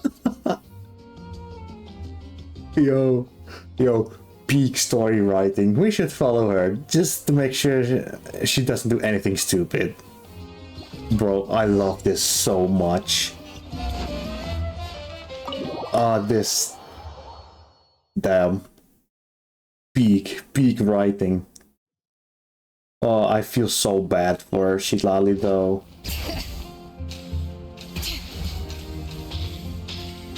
Oh my goodness, man, that's so funny. Oh my goodness. Well, great view, right? Mm-hmm. I love coming here by myself. Wow, it's beautiful. Thank you for bringing us here. You're making me want to cry. Oh no, what do we do? Please don't cry. I was an expression, okay? A figure of speech. I'm just... embarrassed. Here you are thanking me. Even after you helped me all this time. Let's just have a casual conversation. It's easiest that way. Really? You don't seem like the kind of person who keeps things casual. Paimon, shut up. I guess I used to be more of a stickler for the rules. And you're right. I don't usually open up to the people of my tribe like this. I'm just an eccentric old hag to them. That story's been passed down so long. It might as well be true. But you're just a regular person. The kids of my tribe would have a heart attack if they heard you say that. Granny Eatsley is a powerful figure. Be careful around her. That's what they'd say. I mean, at first it can sound like a joke and that kind of stuff, but eventually it gets really tiring and like very mentally like draining, so I fully understand. You are powerful. Are they afraid of you? Some are. Others are mad I always come out on top. A few decades like that, and people stop knowing how to deal with you. What about you? Are you scared of me? Oh, We don't find you scary at all. Paimon is right. That's because you're not from my tribe. You don't know how many delusions of grandeur I've destroyed just by existing. I make people realize that no matter how hard they work, they'll never become a living legend like me. Oh, not to brag or anything. Maybe it's hard to believe. Just pretend I never said anything. We believe you. Shilonen has full faith in your abilities, and Auroran didn't seem scared of you. He thinks of you as his granny, right? Yes, but Auroran's a special case. Mawika already told you about her plan. And you've given so much help to Auroran and me. You deserve to learn the full truth. Auroran's not like other people. As I mentioned, he was abandoned as a child. The reason being, his soul is incomplete. The Masters of the Nightwind view this as a bad omen, capable of bringing about illness and misfortune. No one knows who his parents were. He was just left on a rock in the wilderness. It's a miracle he wasn't devoured by some wild beast. The Masters of the Nightwind believe they can see human souls. And in Auroran's incomplete soul, they saw a possibility for Natlan. A possibility to turn Auroran into a vessel for lost souls. The ceremony would allow lost souls to gather within him. Auroran would then be sent to the Night Kingdom to return the souls to their rightful place, strengthening the ley lines and completing the ceremony. Wait, that doesn't sound right. Sending a living person to the Night Kingdom, wouldn't that just kill him? Now you see the problem. When damage occurs to the Night Kingdom, the souls held within disperse and remain adrift, unable to find a way back to the ley lines. This loss of souls damages the Night Kingdom even further. The ceremony can send back countless souls at once, which would benefit the Night Kingdom and the souls themselves. Of course, the vessel, Auroran, would be sacrificed in the process. I wasn't surprised the chief at the time came up with the plan. The ley lines were already in a terrible state. A suitable candidate for the ceremony appears, and now you have the chance to make things better. Of course you're going to take it. When the chief asked for my opinion, I didn't give my approval, but I didn't object either. So they went ahead with the ceremony. It failed, and Auroran escaped with his life. Pathetic, isn't it? By not objecting, I basically gave them the go-ahead. Maybe they didn't have my explicit approval, but it's not like I did the right thing. If the ceremony was successful, Auroran would probably be dead. Of course, in my tribe, death is rarely something to fear. But what kind of message would we be sending by sentencing a newborn to death? By using a human life as a tool? It's not right. So, when I learned the ceremony had failed, I was ashamed by my inaction, and absolutely relieved by the result. The plan was never a secret. Or, I guess I should say, there was no point to keeping it a secret. A simple investigation from Auroran would reveal everything. Everyone thought he would be happy he survived, and he never really said anything to the contrary. But just as I was about to put all of it behind me, he asks this question. Would Natlan have been saved if the ceremony succeeded? Wait, but it's not his fault. He knows that, but he still feels guilty. Auroran has a strong ability to perceive souls, more than any of us. He understands just how dire the situation with ley lines has become. Maybe he chose to work with the Fatui because he still thinks he owes a debt to Natlan. I can only imagine what they told him. Traveler, didn't the captain say he found a way to solve the crisis? Maybe that's what brought Auroran into this. Anyway, we can't just let things go on like this. We have to convince him to come back. That should probably be our next step. You don't look so good, citlali. maybe you should head back and get some sleep. Probably drank too much. It's okay. The fresh air is doing me good. Okay. Forget that. I need to go home. I hit it a little too hard. Don't worry, you don't have to do any of this alone. You've helped me so much already. How do I even begin to thank you? Hey, we're friends, aren't we? Besides, you already said you owe us a favor, so you don't need to worry about us. Good point. Well, I'll go home and get some sleep. We can figure out our next move in the morning.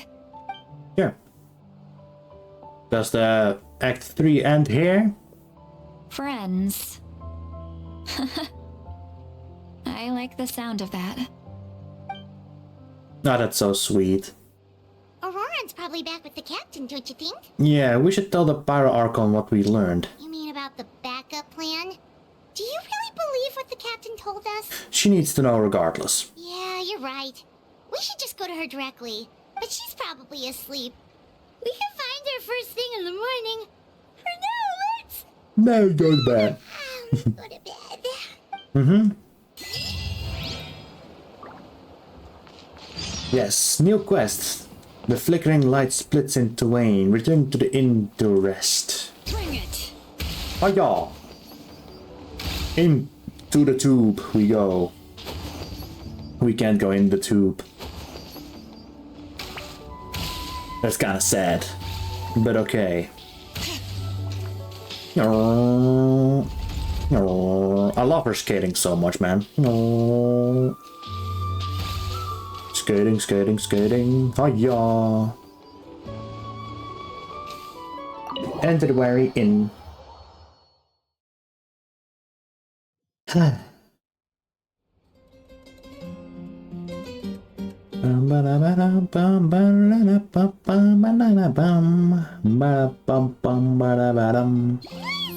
Noisy outside. I would still have to sleep. Well, guess we should see what's going on. Yeah. I'm also still sleepy. I wonder if the bug is still there. There's a bug where you can basically glitch under the map of Genshin. Pretty funny, I can show it to you. You're already here. I was just about to come get you. Wow, you're up early. That's impressive, especially after all the drinking last night. Let's not bring up last night. I'm embarrassed about the whole thing. Anyway, I was also woken up by the commotion. Looks like all the warriors from the stadium are on the move. I heard many areas have been attacked by the Abyss, including the Masters of the Nightwind. I need to head back right away. The Abyss attacked again? Are you sure you can handle it on your own? Do you need our help? I'll be fine. We also have the support of the warriors stationed at the various outposts. Given the quick response, things shouldn't get too serious. The stadium could always use more manpower, so you should join the forces here. What about Auroran? I'm done making excuses for him. He's not a child anymore. He needs to take responsibility for his actions. I agree. I was the one who vouched for him, so I need to report Let me back to the check speaker's my chamber. mail. I'll accept however they choose to handle the situation. But I should be able to convince them to let me go back to my tribe first to deal with the attack. As for the ancient name, once we handle this crisis, I'll talk to Shilonen right away. Don't worry. I never forget a promise to a friend. Be careful. Thank you. Alright, I need to start heading back. Take care, citlali. Hurry? The situation must be really serious. Oh, looks like a lot of people are heading to the stadium. Let's see what's going on. Ugh. I apologize if I'm excessively yawning. It's because, like, I put, like, the thingy, my, alarm very early in the morning to, like, wake up and wish for Silonen. Jaska! And Ianson and Mualani. Traveler over here! Perfect. Our star Outlander has appeared. Hello. Oh, you're all here! But, what's with the whole Star Outlander thing? Just my way of saying how awesome you are. We've got a real emergency on our hands, so this is the perfect time for you to show off your skills. Ooh. Alright, but can we get a quick rundown of the situation first? The Abyss suddenly attacked the Collective of Plenty, the Masters of the Nightwind, the Children of Echoes, and a number of our camps and outposts in the wild. All at once? Yes, and the attacks are increasing in frequency. The tribes God have damn. plenty of defenses, so they're safe for now. But I can't say the same for the adventurers and merchants stuck in the wild. Chaska and I have been searching for survivors and treating them. Damn. We just got back, but we need to head out again soon. I plan on heading back to the Collective of Plenty, just in case my tribe needs me. What about you, Mulalani? Where are you gonna go? I'll go help the Children of Echoes. They're the closest, so I can start fighting right away. What about you guys? We could go together. I need to talk to the Pyro Archon first. Yeah, that does sound important. No worries. Just leave the Children of Echoes to us. Who knows? Maybe yours truly will have the Abyss on the run by the time you're finished. That would be pretty great, actually. I hope my tribe gets through okay. It'll be fine. Your tribe doesn't do all that bodybuilding for nothing. Let's part ways here for now. And most importantly, be careful, everyone. Oh, and some of us need to avoid getting contaminated by dangerous-looking substances. That will make my job a lot easier. Koichi, do we really have to do this now? It's alright. She's just looking out for everyone. Alright, let's hurry up and talk to the Pyro Archon so we can help the others. There we go. I apologize, I'm very busy doing other stuff as well. I need to fix a lot of... the Pyro Archon is just chilling here. Right there. Oh, it's you two. As you can see, things are not looking good right now. People across Natlan are in danger. I'm very sorry to say, but I really just want to grab that zipper and just like... you know? Look, I'm very interested in your recent adventures, but this is not a good time. So we'll have to keep our conversation short. That's alright, we're also in a hurry. We're gonna go help the Children of Echoes after this. We met the captain. What? Yeah, exactly. He told Mavuika about your brief meeting with the captain and Auroron. So he thinks my plan is too risky. He thinks I'm being stubborn. Well, is it true? Can the Gnosis do what he said? I shouldn't underestimate the Fatui's ability to gather intelligence. The Gnosis does have that function, but there's more to the story. I will answer you honestly, but you must help me keep this a secret. Mavuika. I can use the power Jesus, of the man. Gnosis to save Natlan, but it comes at a heavy price. The Gnosis would drain all the souls and memories from the Night Kingdom and weave them into a giant net, which would surround the ley lines and protect them against abyssal corrosion. Wait, you can use souls to weave a net? But does that mean... Yes.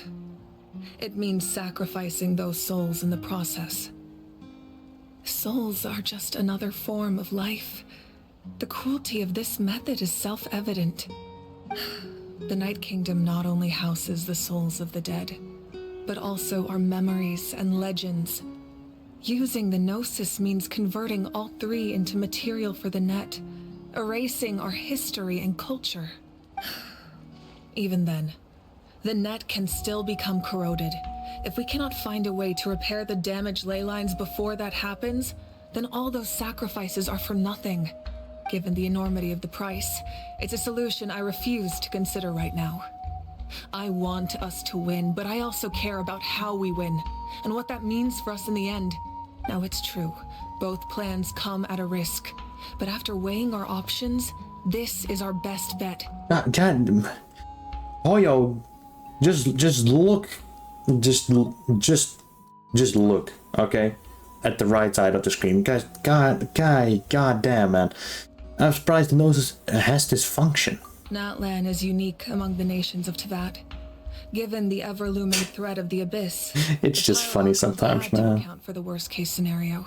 Having a contingency plan is our duty, not just to the people of Natlan, but to all who live on this continent. Still, this has always been a well-kept secret.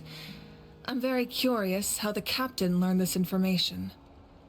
Oh, one more thing. The captain said he found another way to solve the problem. Could be equally as extreme, though. Without the Gnosis, he should have no other option. But I see no reason for him to lie. Seems like our only path forward is to track him down, so he can answer that question for us. Our Archon just shared an important secret with us, and she seems sincere. Figuring out the captain's supposed new way of saving Natlan is the key. Judging by your expression, you must have doubted me, even if just for a second. Maybe a little. Not even a little. We would never. Wait, what are you talking about, Traveler? Just as expected. I appreciate your sincerity. Yeah, I'm sorry, Mavuika. Maybe it was out of caution, anxiety, or simple curiosity, but know this. No matter what, our goal remains the same. We both want to save the people of this land. So now that you have your answer, do you still doubt me? I'll just say no. You scared, Paimon. You've really got a lot of guts, Traveler. I guess. That's a good thing. Oh, and feel free to call me Mawika. It's what all my friends call me, and I like it that way. Okay. As for the captain, the intelligence officers we assigned to the Fatui should be back soon. We'll get our answer then. That's great. Sounds like we just have to wait a little longer. Are the current attacks the beginning of the real disaster? Not just yet.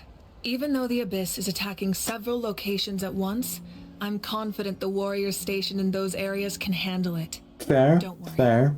I just need to finish coordinating our available manpower, then I'll take a small team to handle the difficult locations. Yeah. Wait, you're going to fight in person? Didn't you give up your power? Can we fight as Mavuika? That's true. I wonder. I'm far less powerful than a god in my current state. But don't forget, I was an experienced and powerful warrior before I ever became the Pyro Archon. No matter how you look at it, my duty is on the front lines. I'm sure you're an inspiration to all your warriors. I just think there's strength in numbers. If the people feel emboldened, that's just a bonus. Anyway, even if we respond to these threats in time, it's not a permanent solution in the long run. True. I've considered moving my people to other nations, but given their close connection to the Night Kingdom, a forced evacuation would have devastating consequences. Correct. I told the chiefs of each tribe to strengthen their defenses and advise people against leaving their settlements. Now I just need to find the right time to disclose the true nature of the crisis to the people of Natlan. Paimon's a little worried about how people will react. I think a lot of people will join the fight. Yes, but that won't be the only response. In any case, that's for me to worry about. I'll let you know when we have more information on the captain. Wait. If I'm looking at Mavuika, she has like a black thing, like square thingy on her neck. Is that part of like the thing that she has around her neck, or is that like part of her neck? I don't know. We should head out. Maybe Oh my we can goodness. join up with Milani. She can't be too far ahead. Yeah, let's go. Stay safe, Mavuika.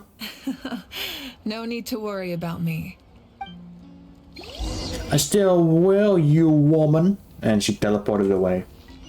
God dang, well, you aren't the only one. Hiya! Teleportation powers. Going back to where it all started, huh? Bring it. Skating. And boom! Oh.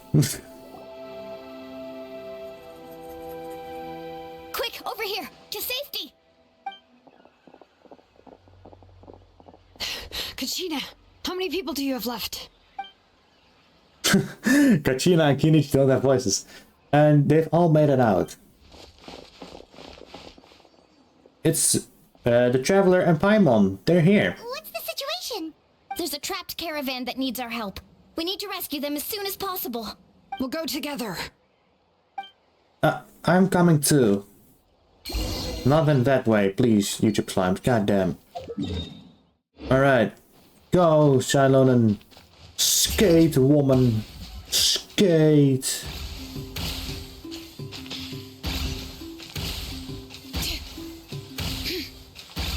Here we go. Ooh, we get to fight. Stay safe. We've got this. I need to be closer. Oh, this is child characters. Hiya! Now for my ultimate move. Hiya! Water gun. Hiya! Wait, that actually did quite a lot. I really thought I was done for. I got you, Tora. I can't thank you enough. Don't worry about it. We're just glad you're okay. Let's see. Your goods look fine too. Guess the Abyss isn't after Mora. Yes. That should be the last abyssal pylon near the Children of Echoes. Phew, that was scary, but we did it. By the way, where's citlali? I thought she would come with you. The Masters of the Nightwind also got attacked, so she went back to help her tribe. She said we can deal with the ancient name later.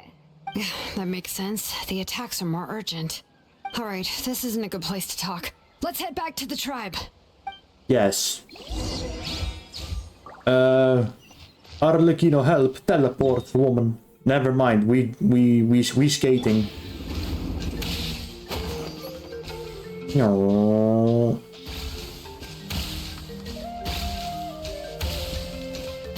What's all? Nice.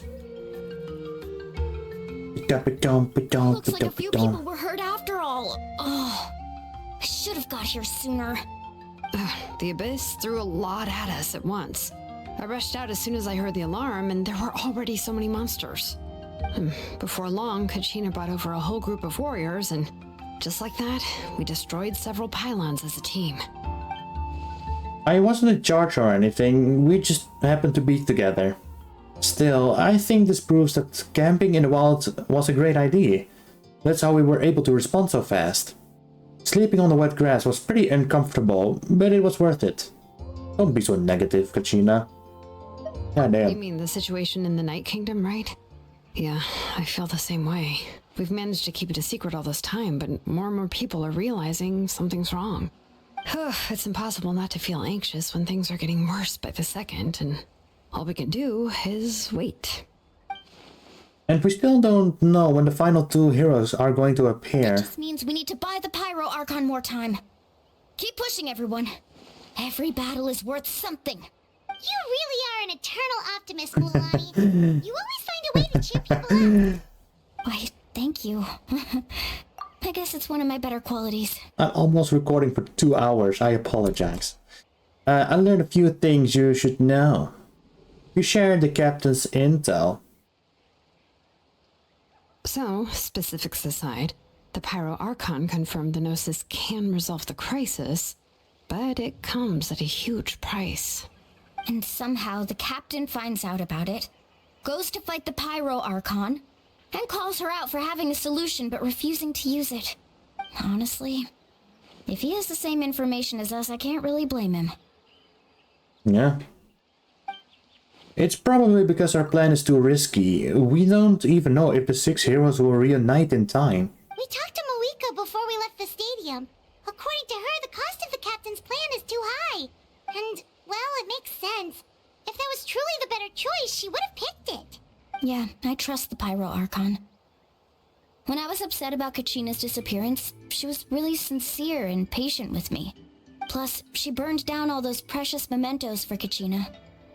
She's already proven how much she values even a single person's life. When it comes to Natlan's survival, there's no way she would hold back. I agree. Maybe the captain weighed the costs and came to his own conclusion, but I'm sure we have different priorities. Life is important, but so are history and memory. I'm on Moika's side too. As the Archon, she can't tell us everything, but it seems like she wasn't holding anything back this time. The next question is, if the captain found a new way to save Natlan, how come the Pyro Archon has never heard of it? Yeah, and isn't he from Snezhnaya? Why would the Fatui want to save Natlan? This is all super confusing. We still don't have enough information. Once we figure out what the Fatui are doing, we'll have our answer. True. Let's head back then. Moika said her intelligence officers should return soon. If With how many Fatui there are, someone's bound to give something away. Sounds good. I have a few theories of my own. With a bit more information, we just might get to the bottom of the whole thing. Want to join our garrison, Mualani? I was just about to ask. Count me in.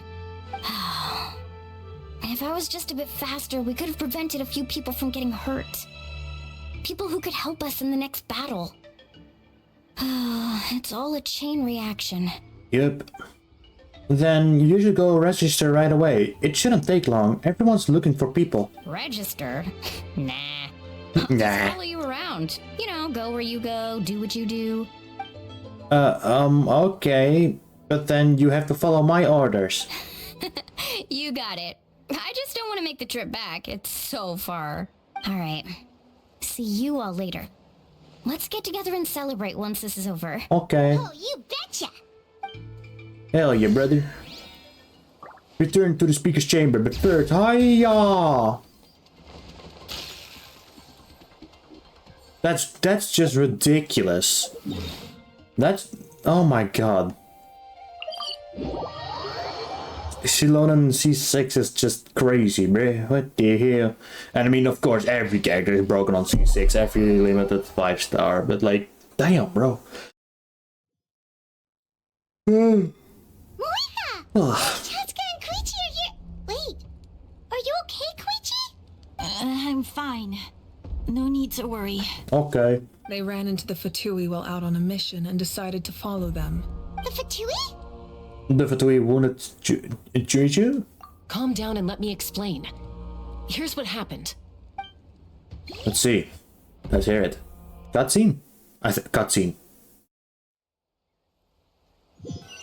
No cutscene. Cutscene. Cutscene? No cutscene. No cutscene. It's the Fatui. Were they attacked by the Abyss? No, wait. It looks like they're protecting a group of travelers. Over there. Do you see? Wait, can we actually... Do they have infinite HP? Or can they actually die? I wonder. You're right. It's a traveling group from Natlan.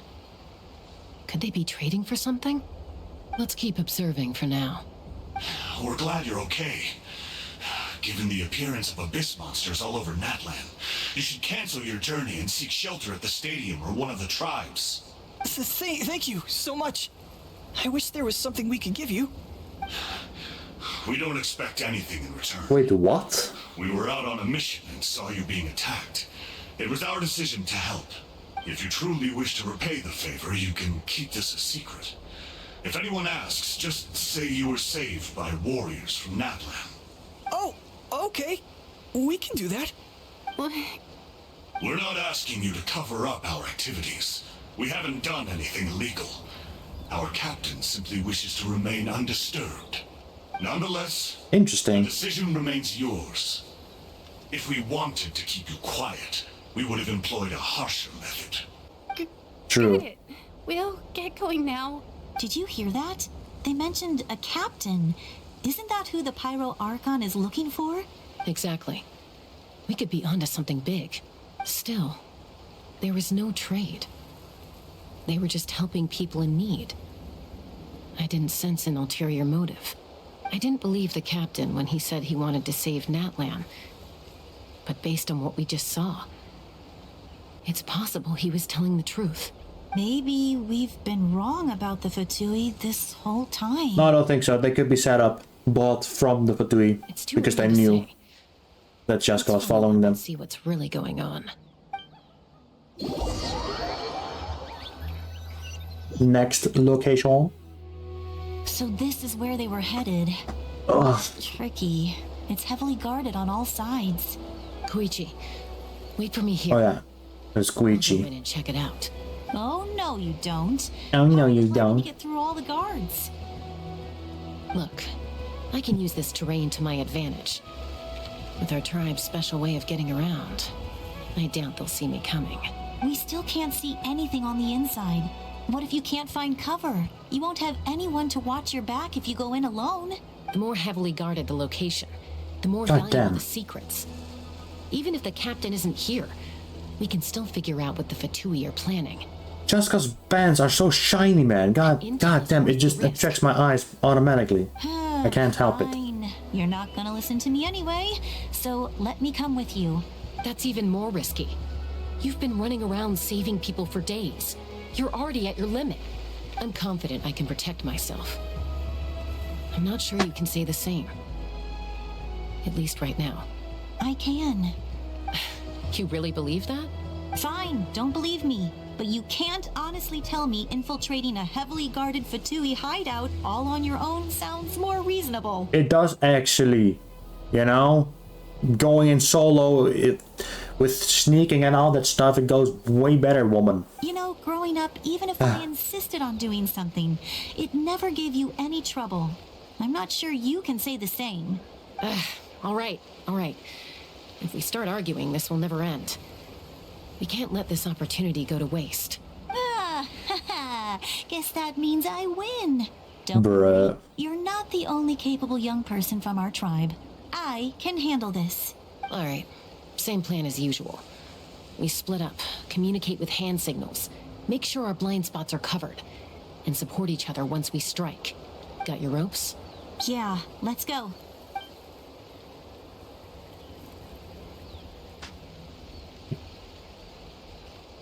Speaking. Some more unique animations finally. Makes me happy.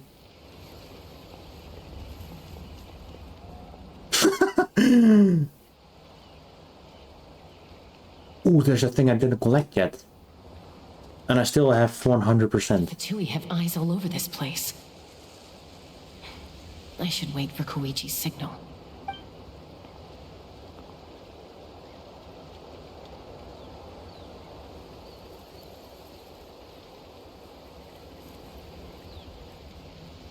Peekaboo. Ah.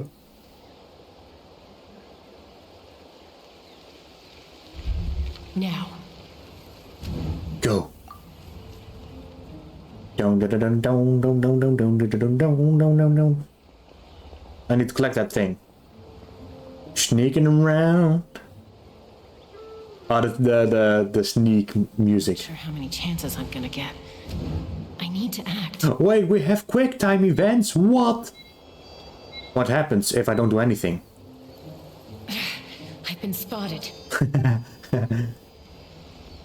The Fatui have eyes all over this place. Okay. So we finally have some sort of quick time event. I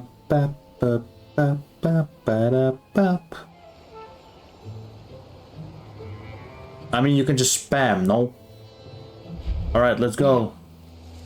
Go! Shimmy, shimmy, shimmy, shimmy. Stay low, stay frosty. Yeah.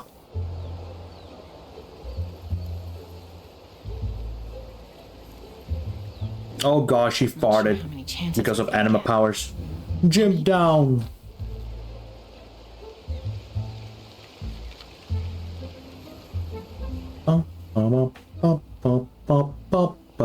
Good.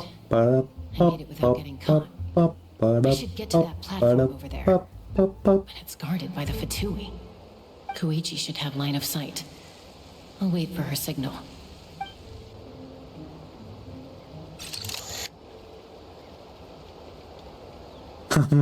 You don't need to zoom in that far. That's it. Now's my chance. Quickly approach the area underneath the platform. Some first-person Genshin action.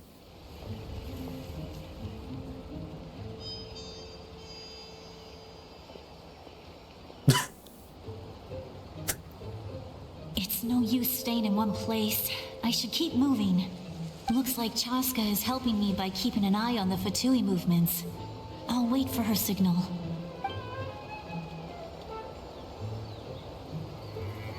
Dumbass Fatui.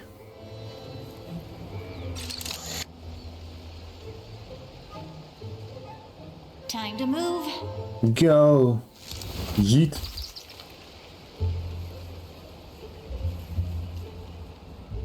Whew. That was close.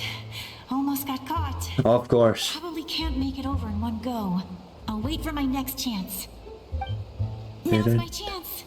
Da da na na da na da da na da da na da da na da da na da na na da da na da na da. Made it! Dun, dun. That'll show my sister. Let's see. The Fatui's occupying all the best locations. If we could just get past them somehow. Wait, I've got it! Toss out the mysterious swear. Take this, Fatui scum.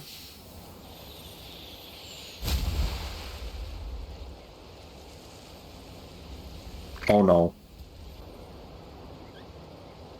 Oh, they just fainted. What's that noise? Did something explode? Oh, it stings! What the heck is that? What do you think you're doing? I could ask you the same thing! Good, they're arguing. Looks like they just needed an excuse. They've probably had enough of this job already. The people on the hill over there left to help their comrades. This is our chance.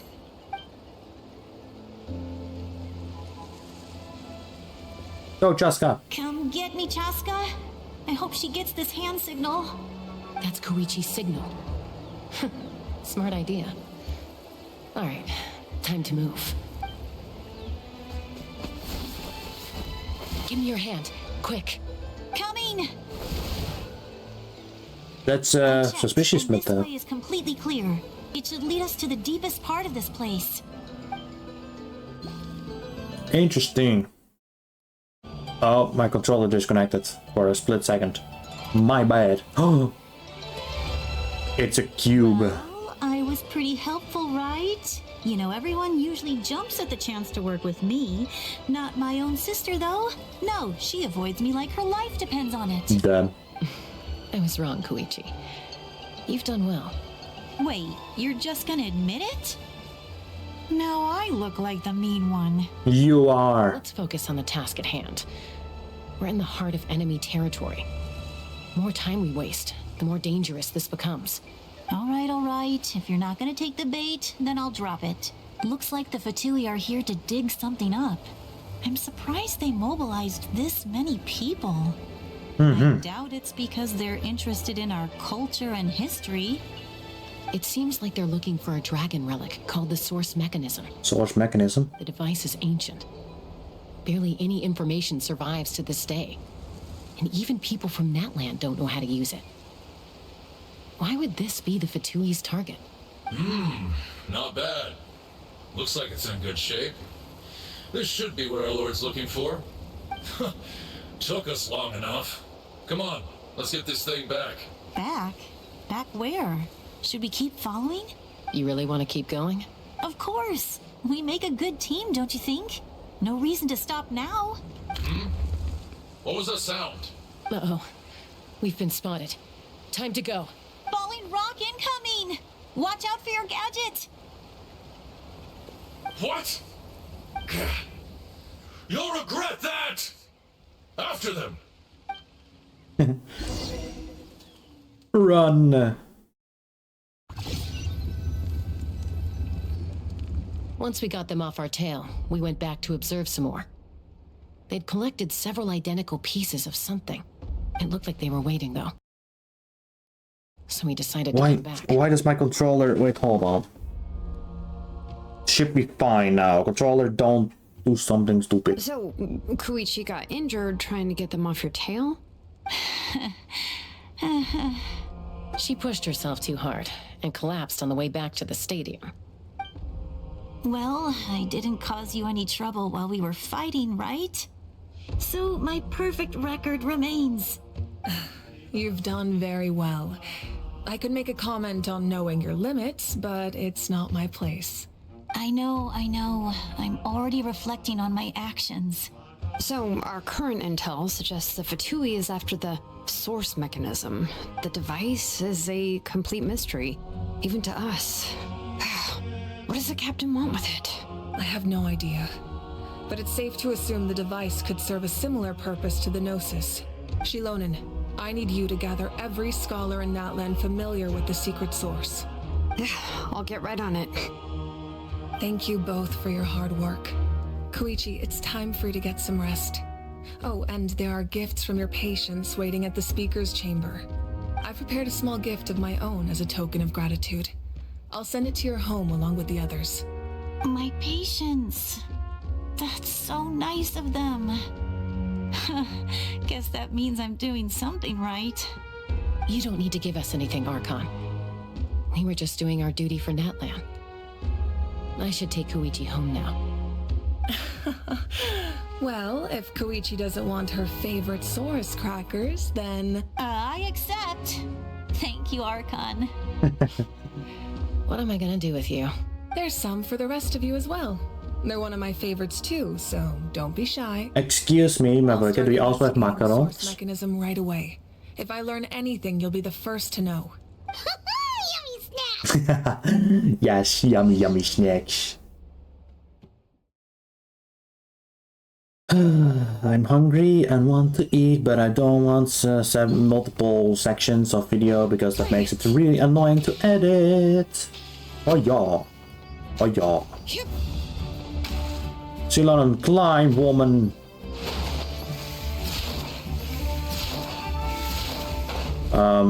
Oh, this thing just opens.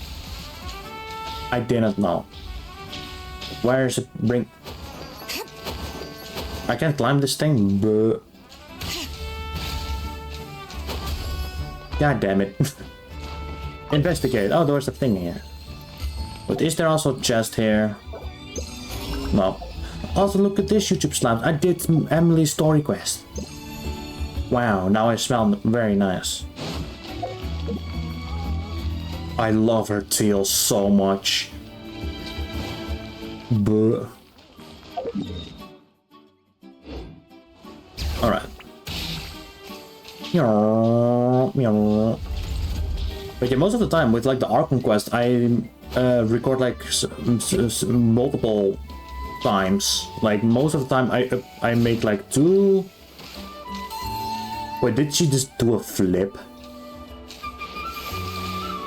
Oh. But most of the time with like video making, like Archon quest or something, I just record like 2 or 3 times depending on how long the Archon quest is, and then I just put them together. But since I have so many unedited video files, I prefer to just record it in one long go, so I don't have to find like the multiple video thingies. What's next for you two? I'm taking Koichi home, with our parents there to keep an eye on her. I can make sure she actually rests. Hey, it's not like I'm some kind of prisoner. I'll be fine in a day or 2. There's no need to go all the way home. That's what you always say. Everything's no big deal until you collapse. What if the Abyss attacks again? You're saying if I let you rest in a hotel, you're not gonna rush out the minute you hear the alarm? I won't. Triple promise I won't. Mm-hmm. Fine. On the off chance something like that were to happen, I might. But I'm a doctor. I have a duty to help people in need, no matter how hard or tiring the work gets. We need you, so you need to look after yourself too. I guess you're right. But I don't have to like it. This reminds Paimon of when we first met. Except you were the one trying to stop Chaska from doing something dangerous. I'd do the same for anyone trying to put their life in danger. As a doctor, I don't want people to get hurt because of a rash decision. Then try to see things from my perspective. You clearly want to protect your patients. So can't you understand why your own sister would feel the same way about you? The two of you are the same, you know? I disagree. I understand the risks and costs of my decisions. Who wants to be like her? Overconfident, always making excuses when things go wrong. That's just not true. You think I don't have proof? Okay, don't get into another fight. Just pretend Paimon never said anything. Don't worry, Paimon. You didn't do anything wrong. Arguing is just how we communicate. Neither of us really takes it to heart. Plus, I guess we are similar in some ways. Maybe I rush into things without thinking, but I learned that from her. We're family. I can't help it if my older sister is a bad influence. Okay, Jeez. you don't have to put it that way. So, you're all good now? This is probably normal for them. Neither of us are really the type to back down, so we'll always have our differences. But still, we get along in our own way. Plus, I know you'll wake up one day and realize I was right all along. I just need to wait. Be my guest. Come on, let's get you home. See you later, Traveler in Paimon. I'll be back once everything's settled at home. Yo. There's no rush. At least grab a nice meal with your family. See you later. Bye, you two. Take care of yourselves out there. Yeah. Those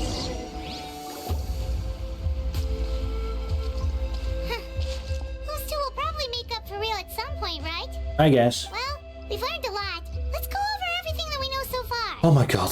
Paimon, okay, sure.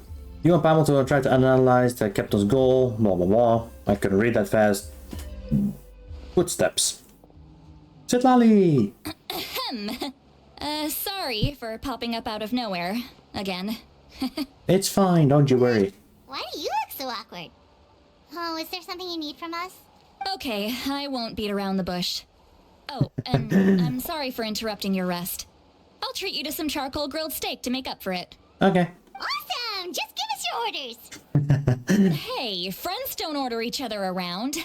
I'm just here to share some news.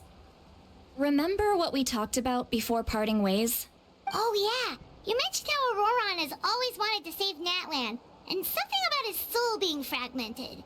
Paimon and the Traveler discussed it after you left, and we think Auroron is probably back with the captain. What do you think? I agree with your hypothesis. And just now, I confirmed it myself. Auroron came back. He helped the Masters of the Nightwind defend our camp. What? He came back? Did he say anything? I told him to give up whatever he's doing, but he refused. He said they're just one step away from success, so there's no way he can back out now. Apparently, he came back to fulfill his duty to our tribe. When he left, he said it was because he still has a duty to Natlan as a whole. I'm not surprised you let him go at all. I had to prioritize my tribe. Besides, the situation was intense. I couldn't focus on outside and inside threats at the same time. Plus, he was on guard. He knew I would try to go after him, so he made sure to keep his distance.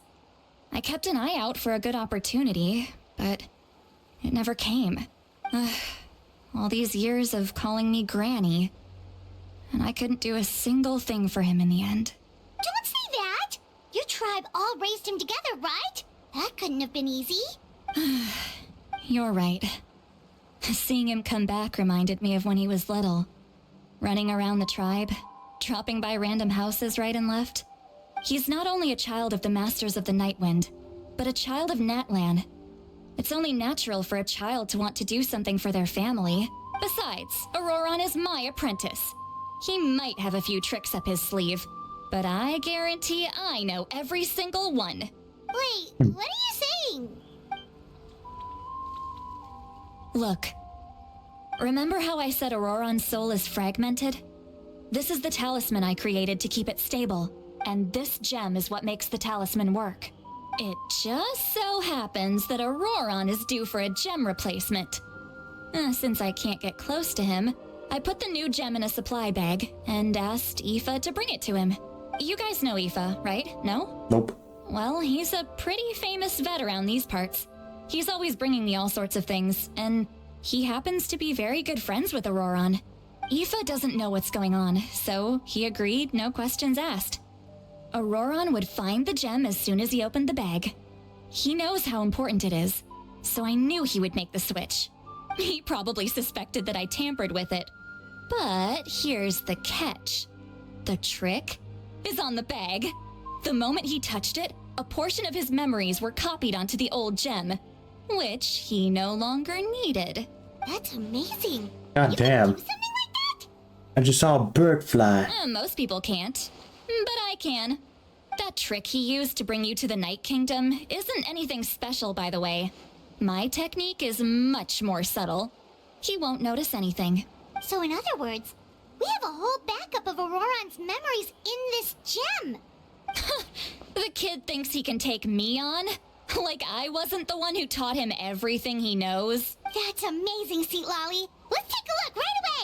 Once we get to the bottom of this, we can finally track him down. I know he thinks of me as his grandma, but do you think he'll get mad at me for this? You can be honest.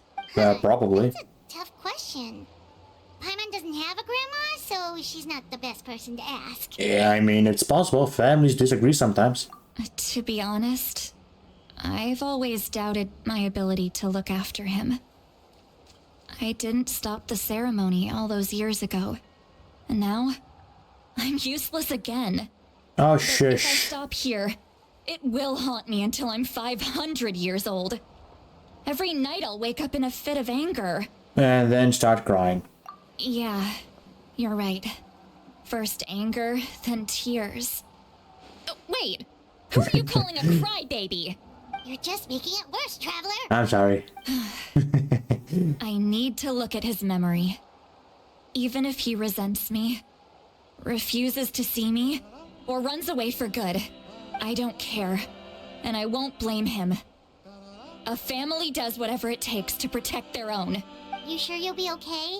We can come with you if you want. Did you just say you'll come with me? Yeah. Is that okay? We have a pretty good reason to see it too, don't we?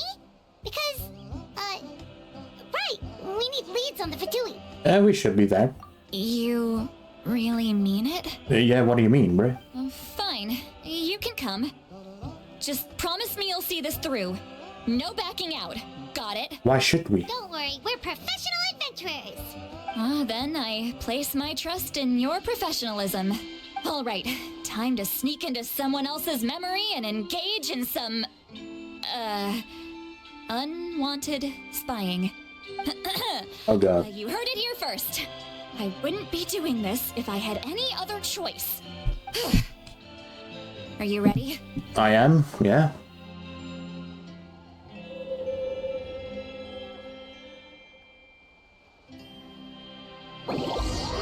Oh god, it's Aurora but naked. Ah, my eyes. Look away. The children are watching. Ah, he's just tending his How crops. good you're doing. You'll grow into nice big radishes in the future. And you? Eva says you're taking up too much space, but I think you're a good tree. What do you think? Bro is one with nature. Hey! How's it going, Auroron? Good. How are you, Uncle Okanbi? Ah, can't complain. What you up to? Naming your vegetables again? No, just some idle conversation. Sounds fascinating. What did they say?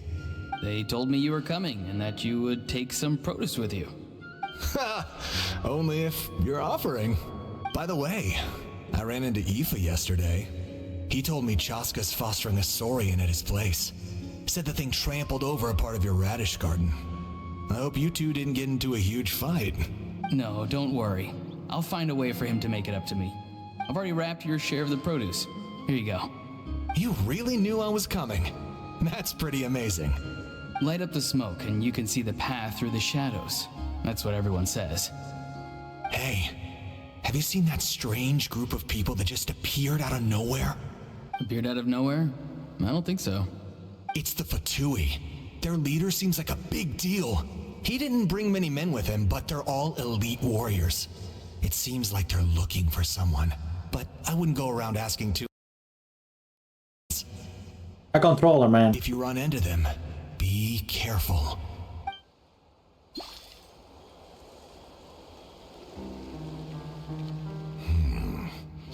You're from the Masters of the Night Wind, are you not? Why do you live here alone? I enjoy living by myself out in the wild. I guess you're from the Fatui, one everyone's calling a big deal. Not an inaccurate description. I'm looking for someone who may be known to you. Citlali is her name.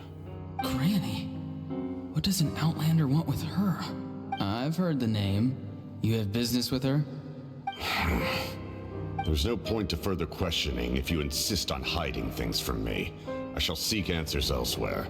Oh, he could tell I was lying and now he's leaving? He gave up just like that? Hey! At least tell me why you're looking for Citlali. It's none of your concern. I have my own means of tracking her down. Oof. Why are the Fatui looking for her? What does she have to do with them? I can't just let them go like this. I have to figure out what they're planning.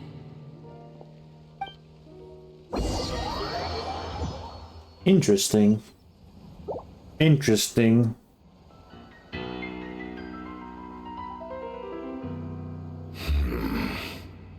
They've just been studying the ley lines and asking for leads on Granny. I can definitely rule out some sort of invasion. The situation has seen no true improvement. The Pyro Archon did not fulfill her promise. My lord! Ignore him. He is no threat. He knows I'm following him, but he doesn't seem to care. He's strong, I can tell. But there's something unusual about him and also familiar in some way. I can't describe it. What is it? My lord, I feel dizzy. A ley line disturbance. Certain presences have been forced to wander outside their rightful realm.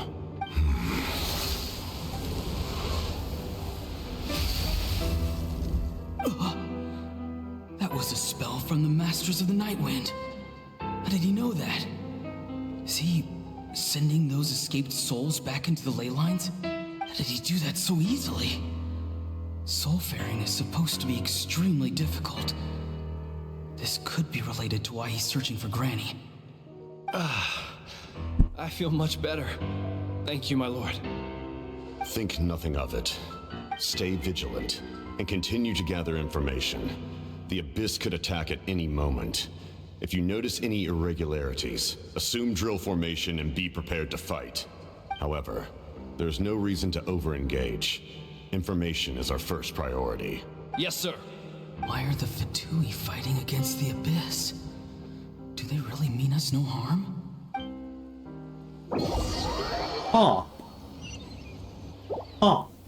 Interesting.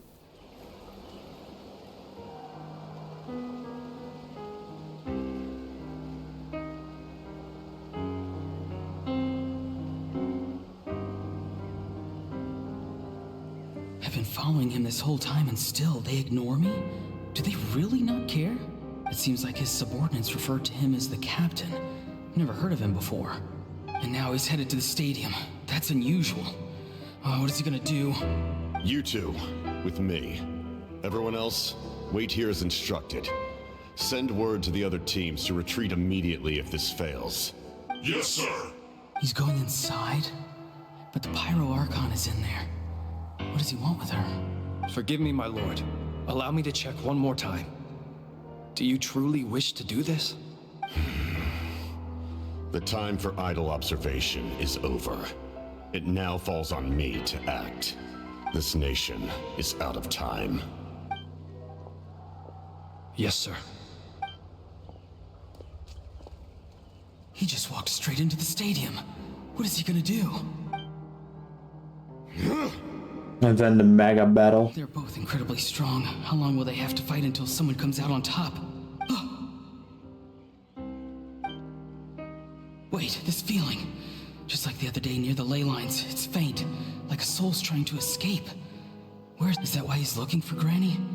If he dies here, then all clues will be lost. I can't let that happen. Oh, so he did it. He did that in order to gain more information about Capitano, as well as his like. As for you, I must confess, I did not expect that little trick of yours to save the day. No matter how dense the fog, as long as the sun remains, we cannot turn day into night. She could have dispelled it. She simply chose not to. You don't have much time. And you're injured on top of that. What do you plan to do next? I'm beginning to see just how useful you may turn out to be. You heard something from here, didn't you?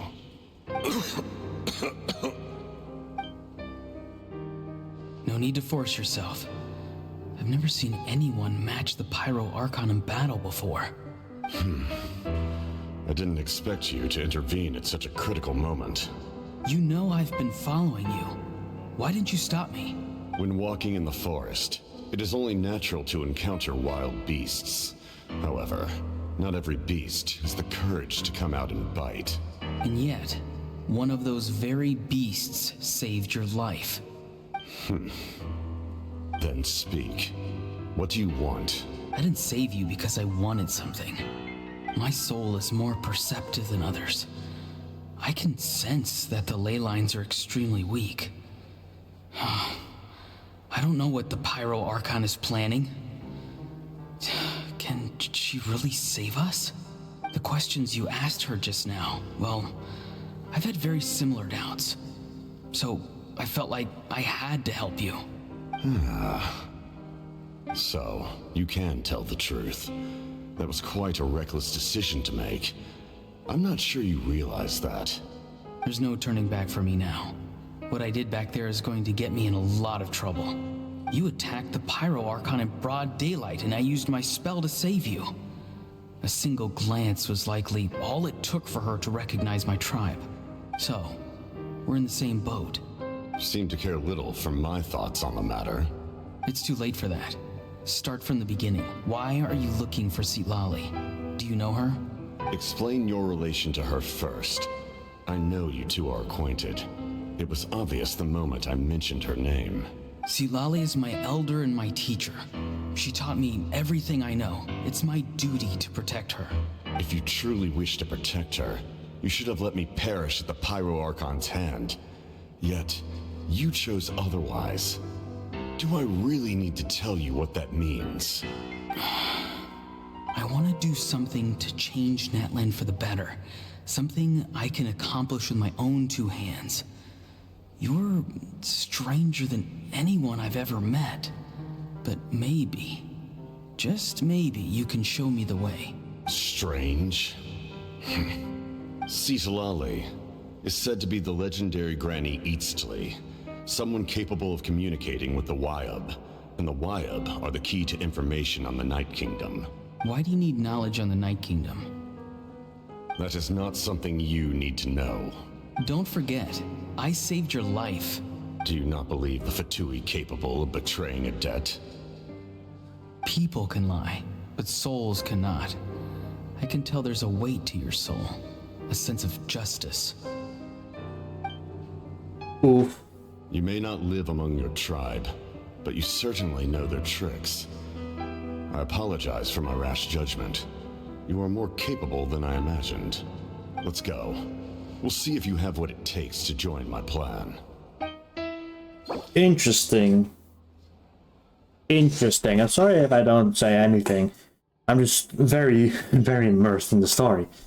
And I'm very, very hungry. Interesting approach. I always go through like the other side, man. Rather than weaving a net to protect the ley lines, this method would address the root problem. Oh, let me grab this real quick. The ley Yep, lines okay. themselves. There we go.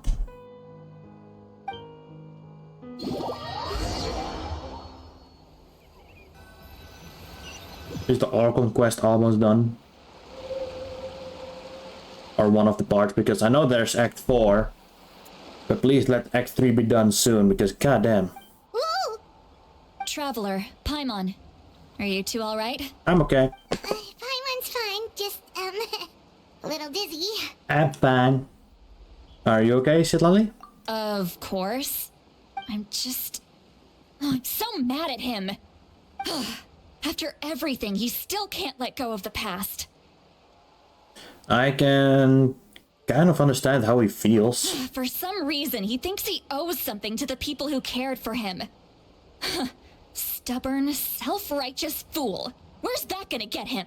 Now that he's all grown up, he thinks no one can tell him what to do? He thinks he can just run away whenever he wants. I'll show him. If he tries to run one more time, he's got another thing coming. Maybe stubbornness runs in the family. Like grandmother, like grandson, as they say. Is that supposed to be a compliment? That kid's got nothing on me. Anyway, back to what we just saw. I don't even know what to make of it. Yeah, the captain seriously wants to reconstruct the ley lines? What does it even mean? Something like the loom of fate, maybe? But how does that help with the abyss? The loom of fate? Oh, it's kind of hard to explain. Basically, it's a device from Conrio that has unbelievable power. Yeah. Anyway, if he really wants to manipulate the ley lines, everyone in Natlan will be affected. He's serious. It lines up with everything he said before. He tried to seize the noses for the same purpose. Which means the captain has been honest from the very beginning. Auroron's memory proves that. He's so obsessed with saving Natlan. True. Oh, we've got to tell Moika about this right away. Yes, she needs to know about this. Let's go. Act 3 ending. Act 3 ending. My goodness gracious, this video has been going on for so long, I apologize. And of course, like promised, let's first grab this. There we go.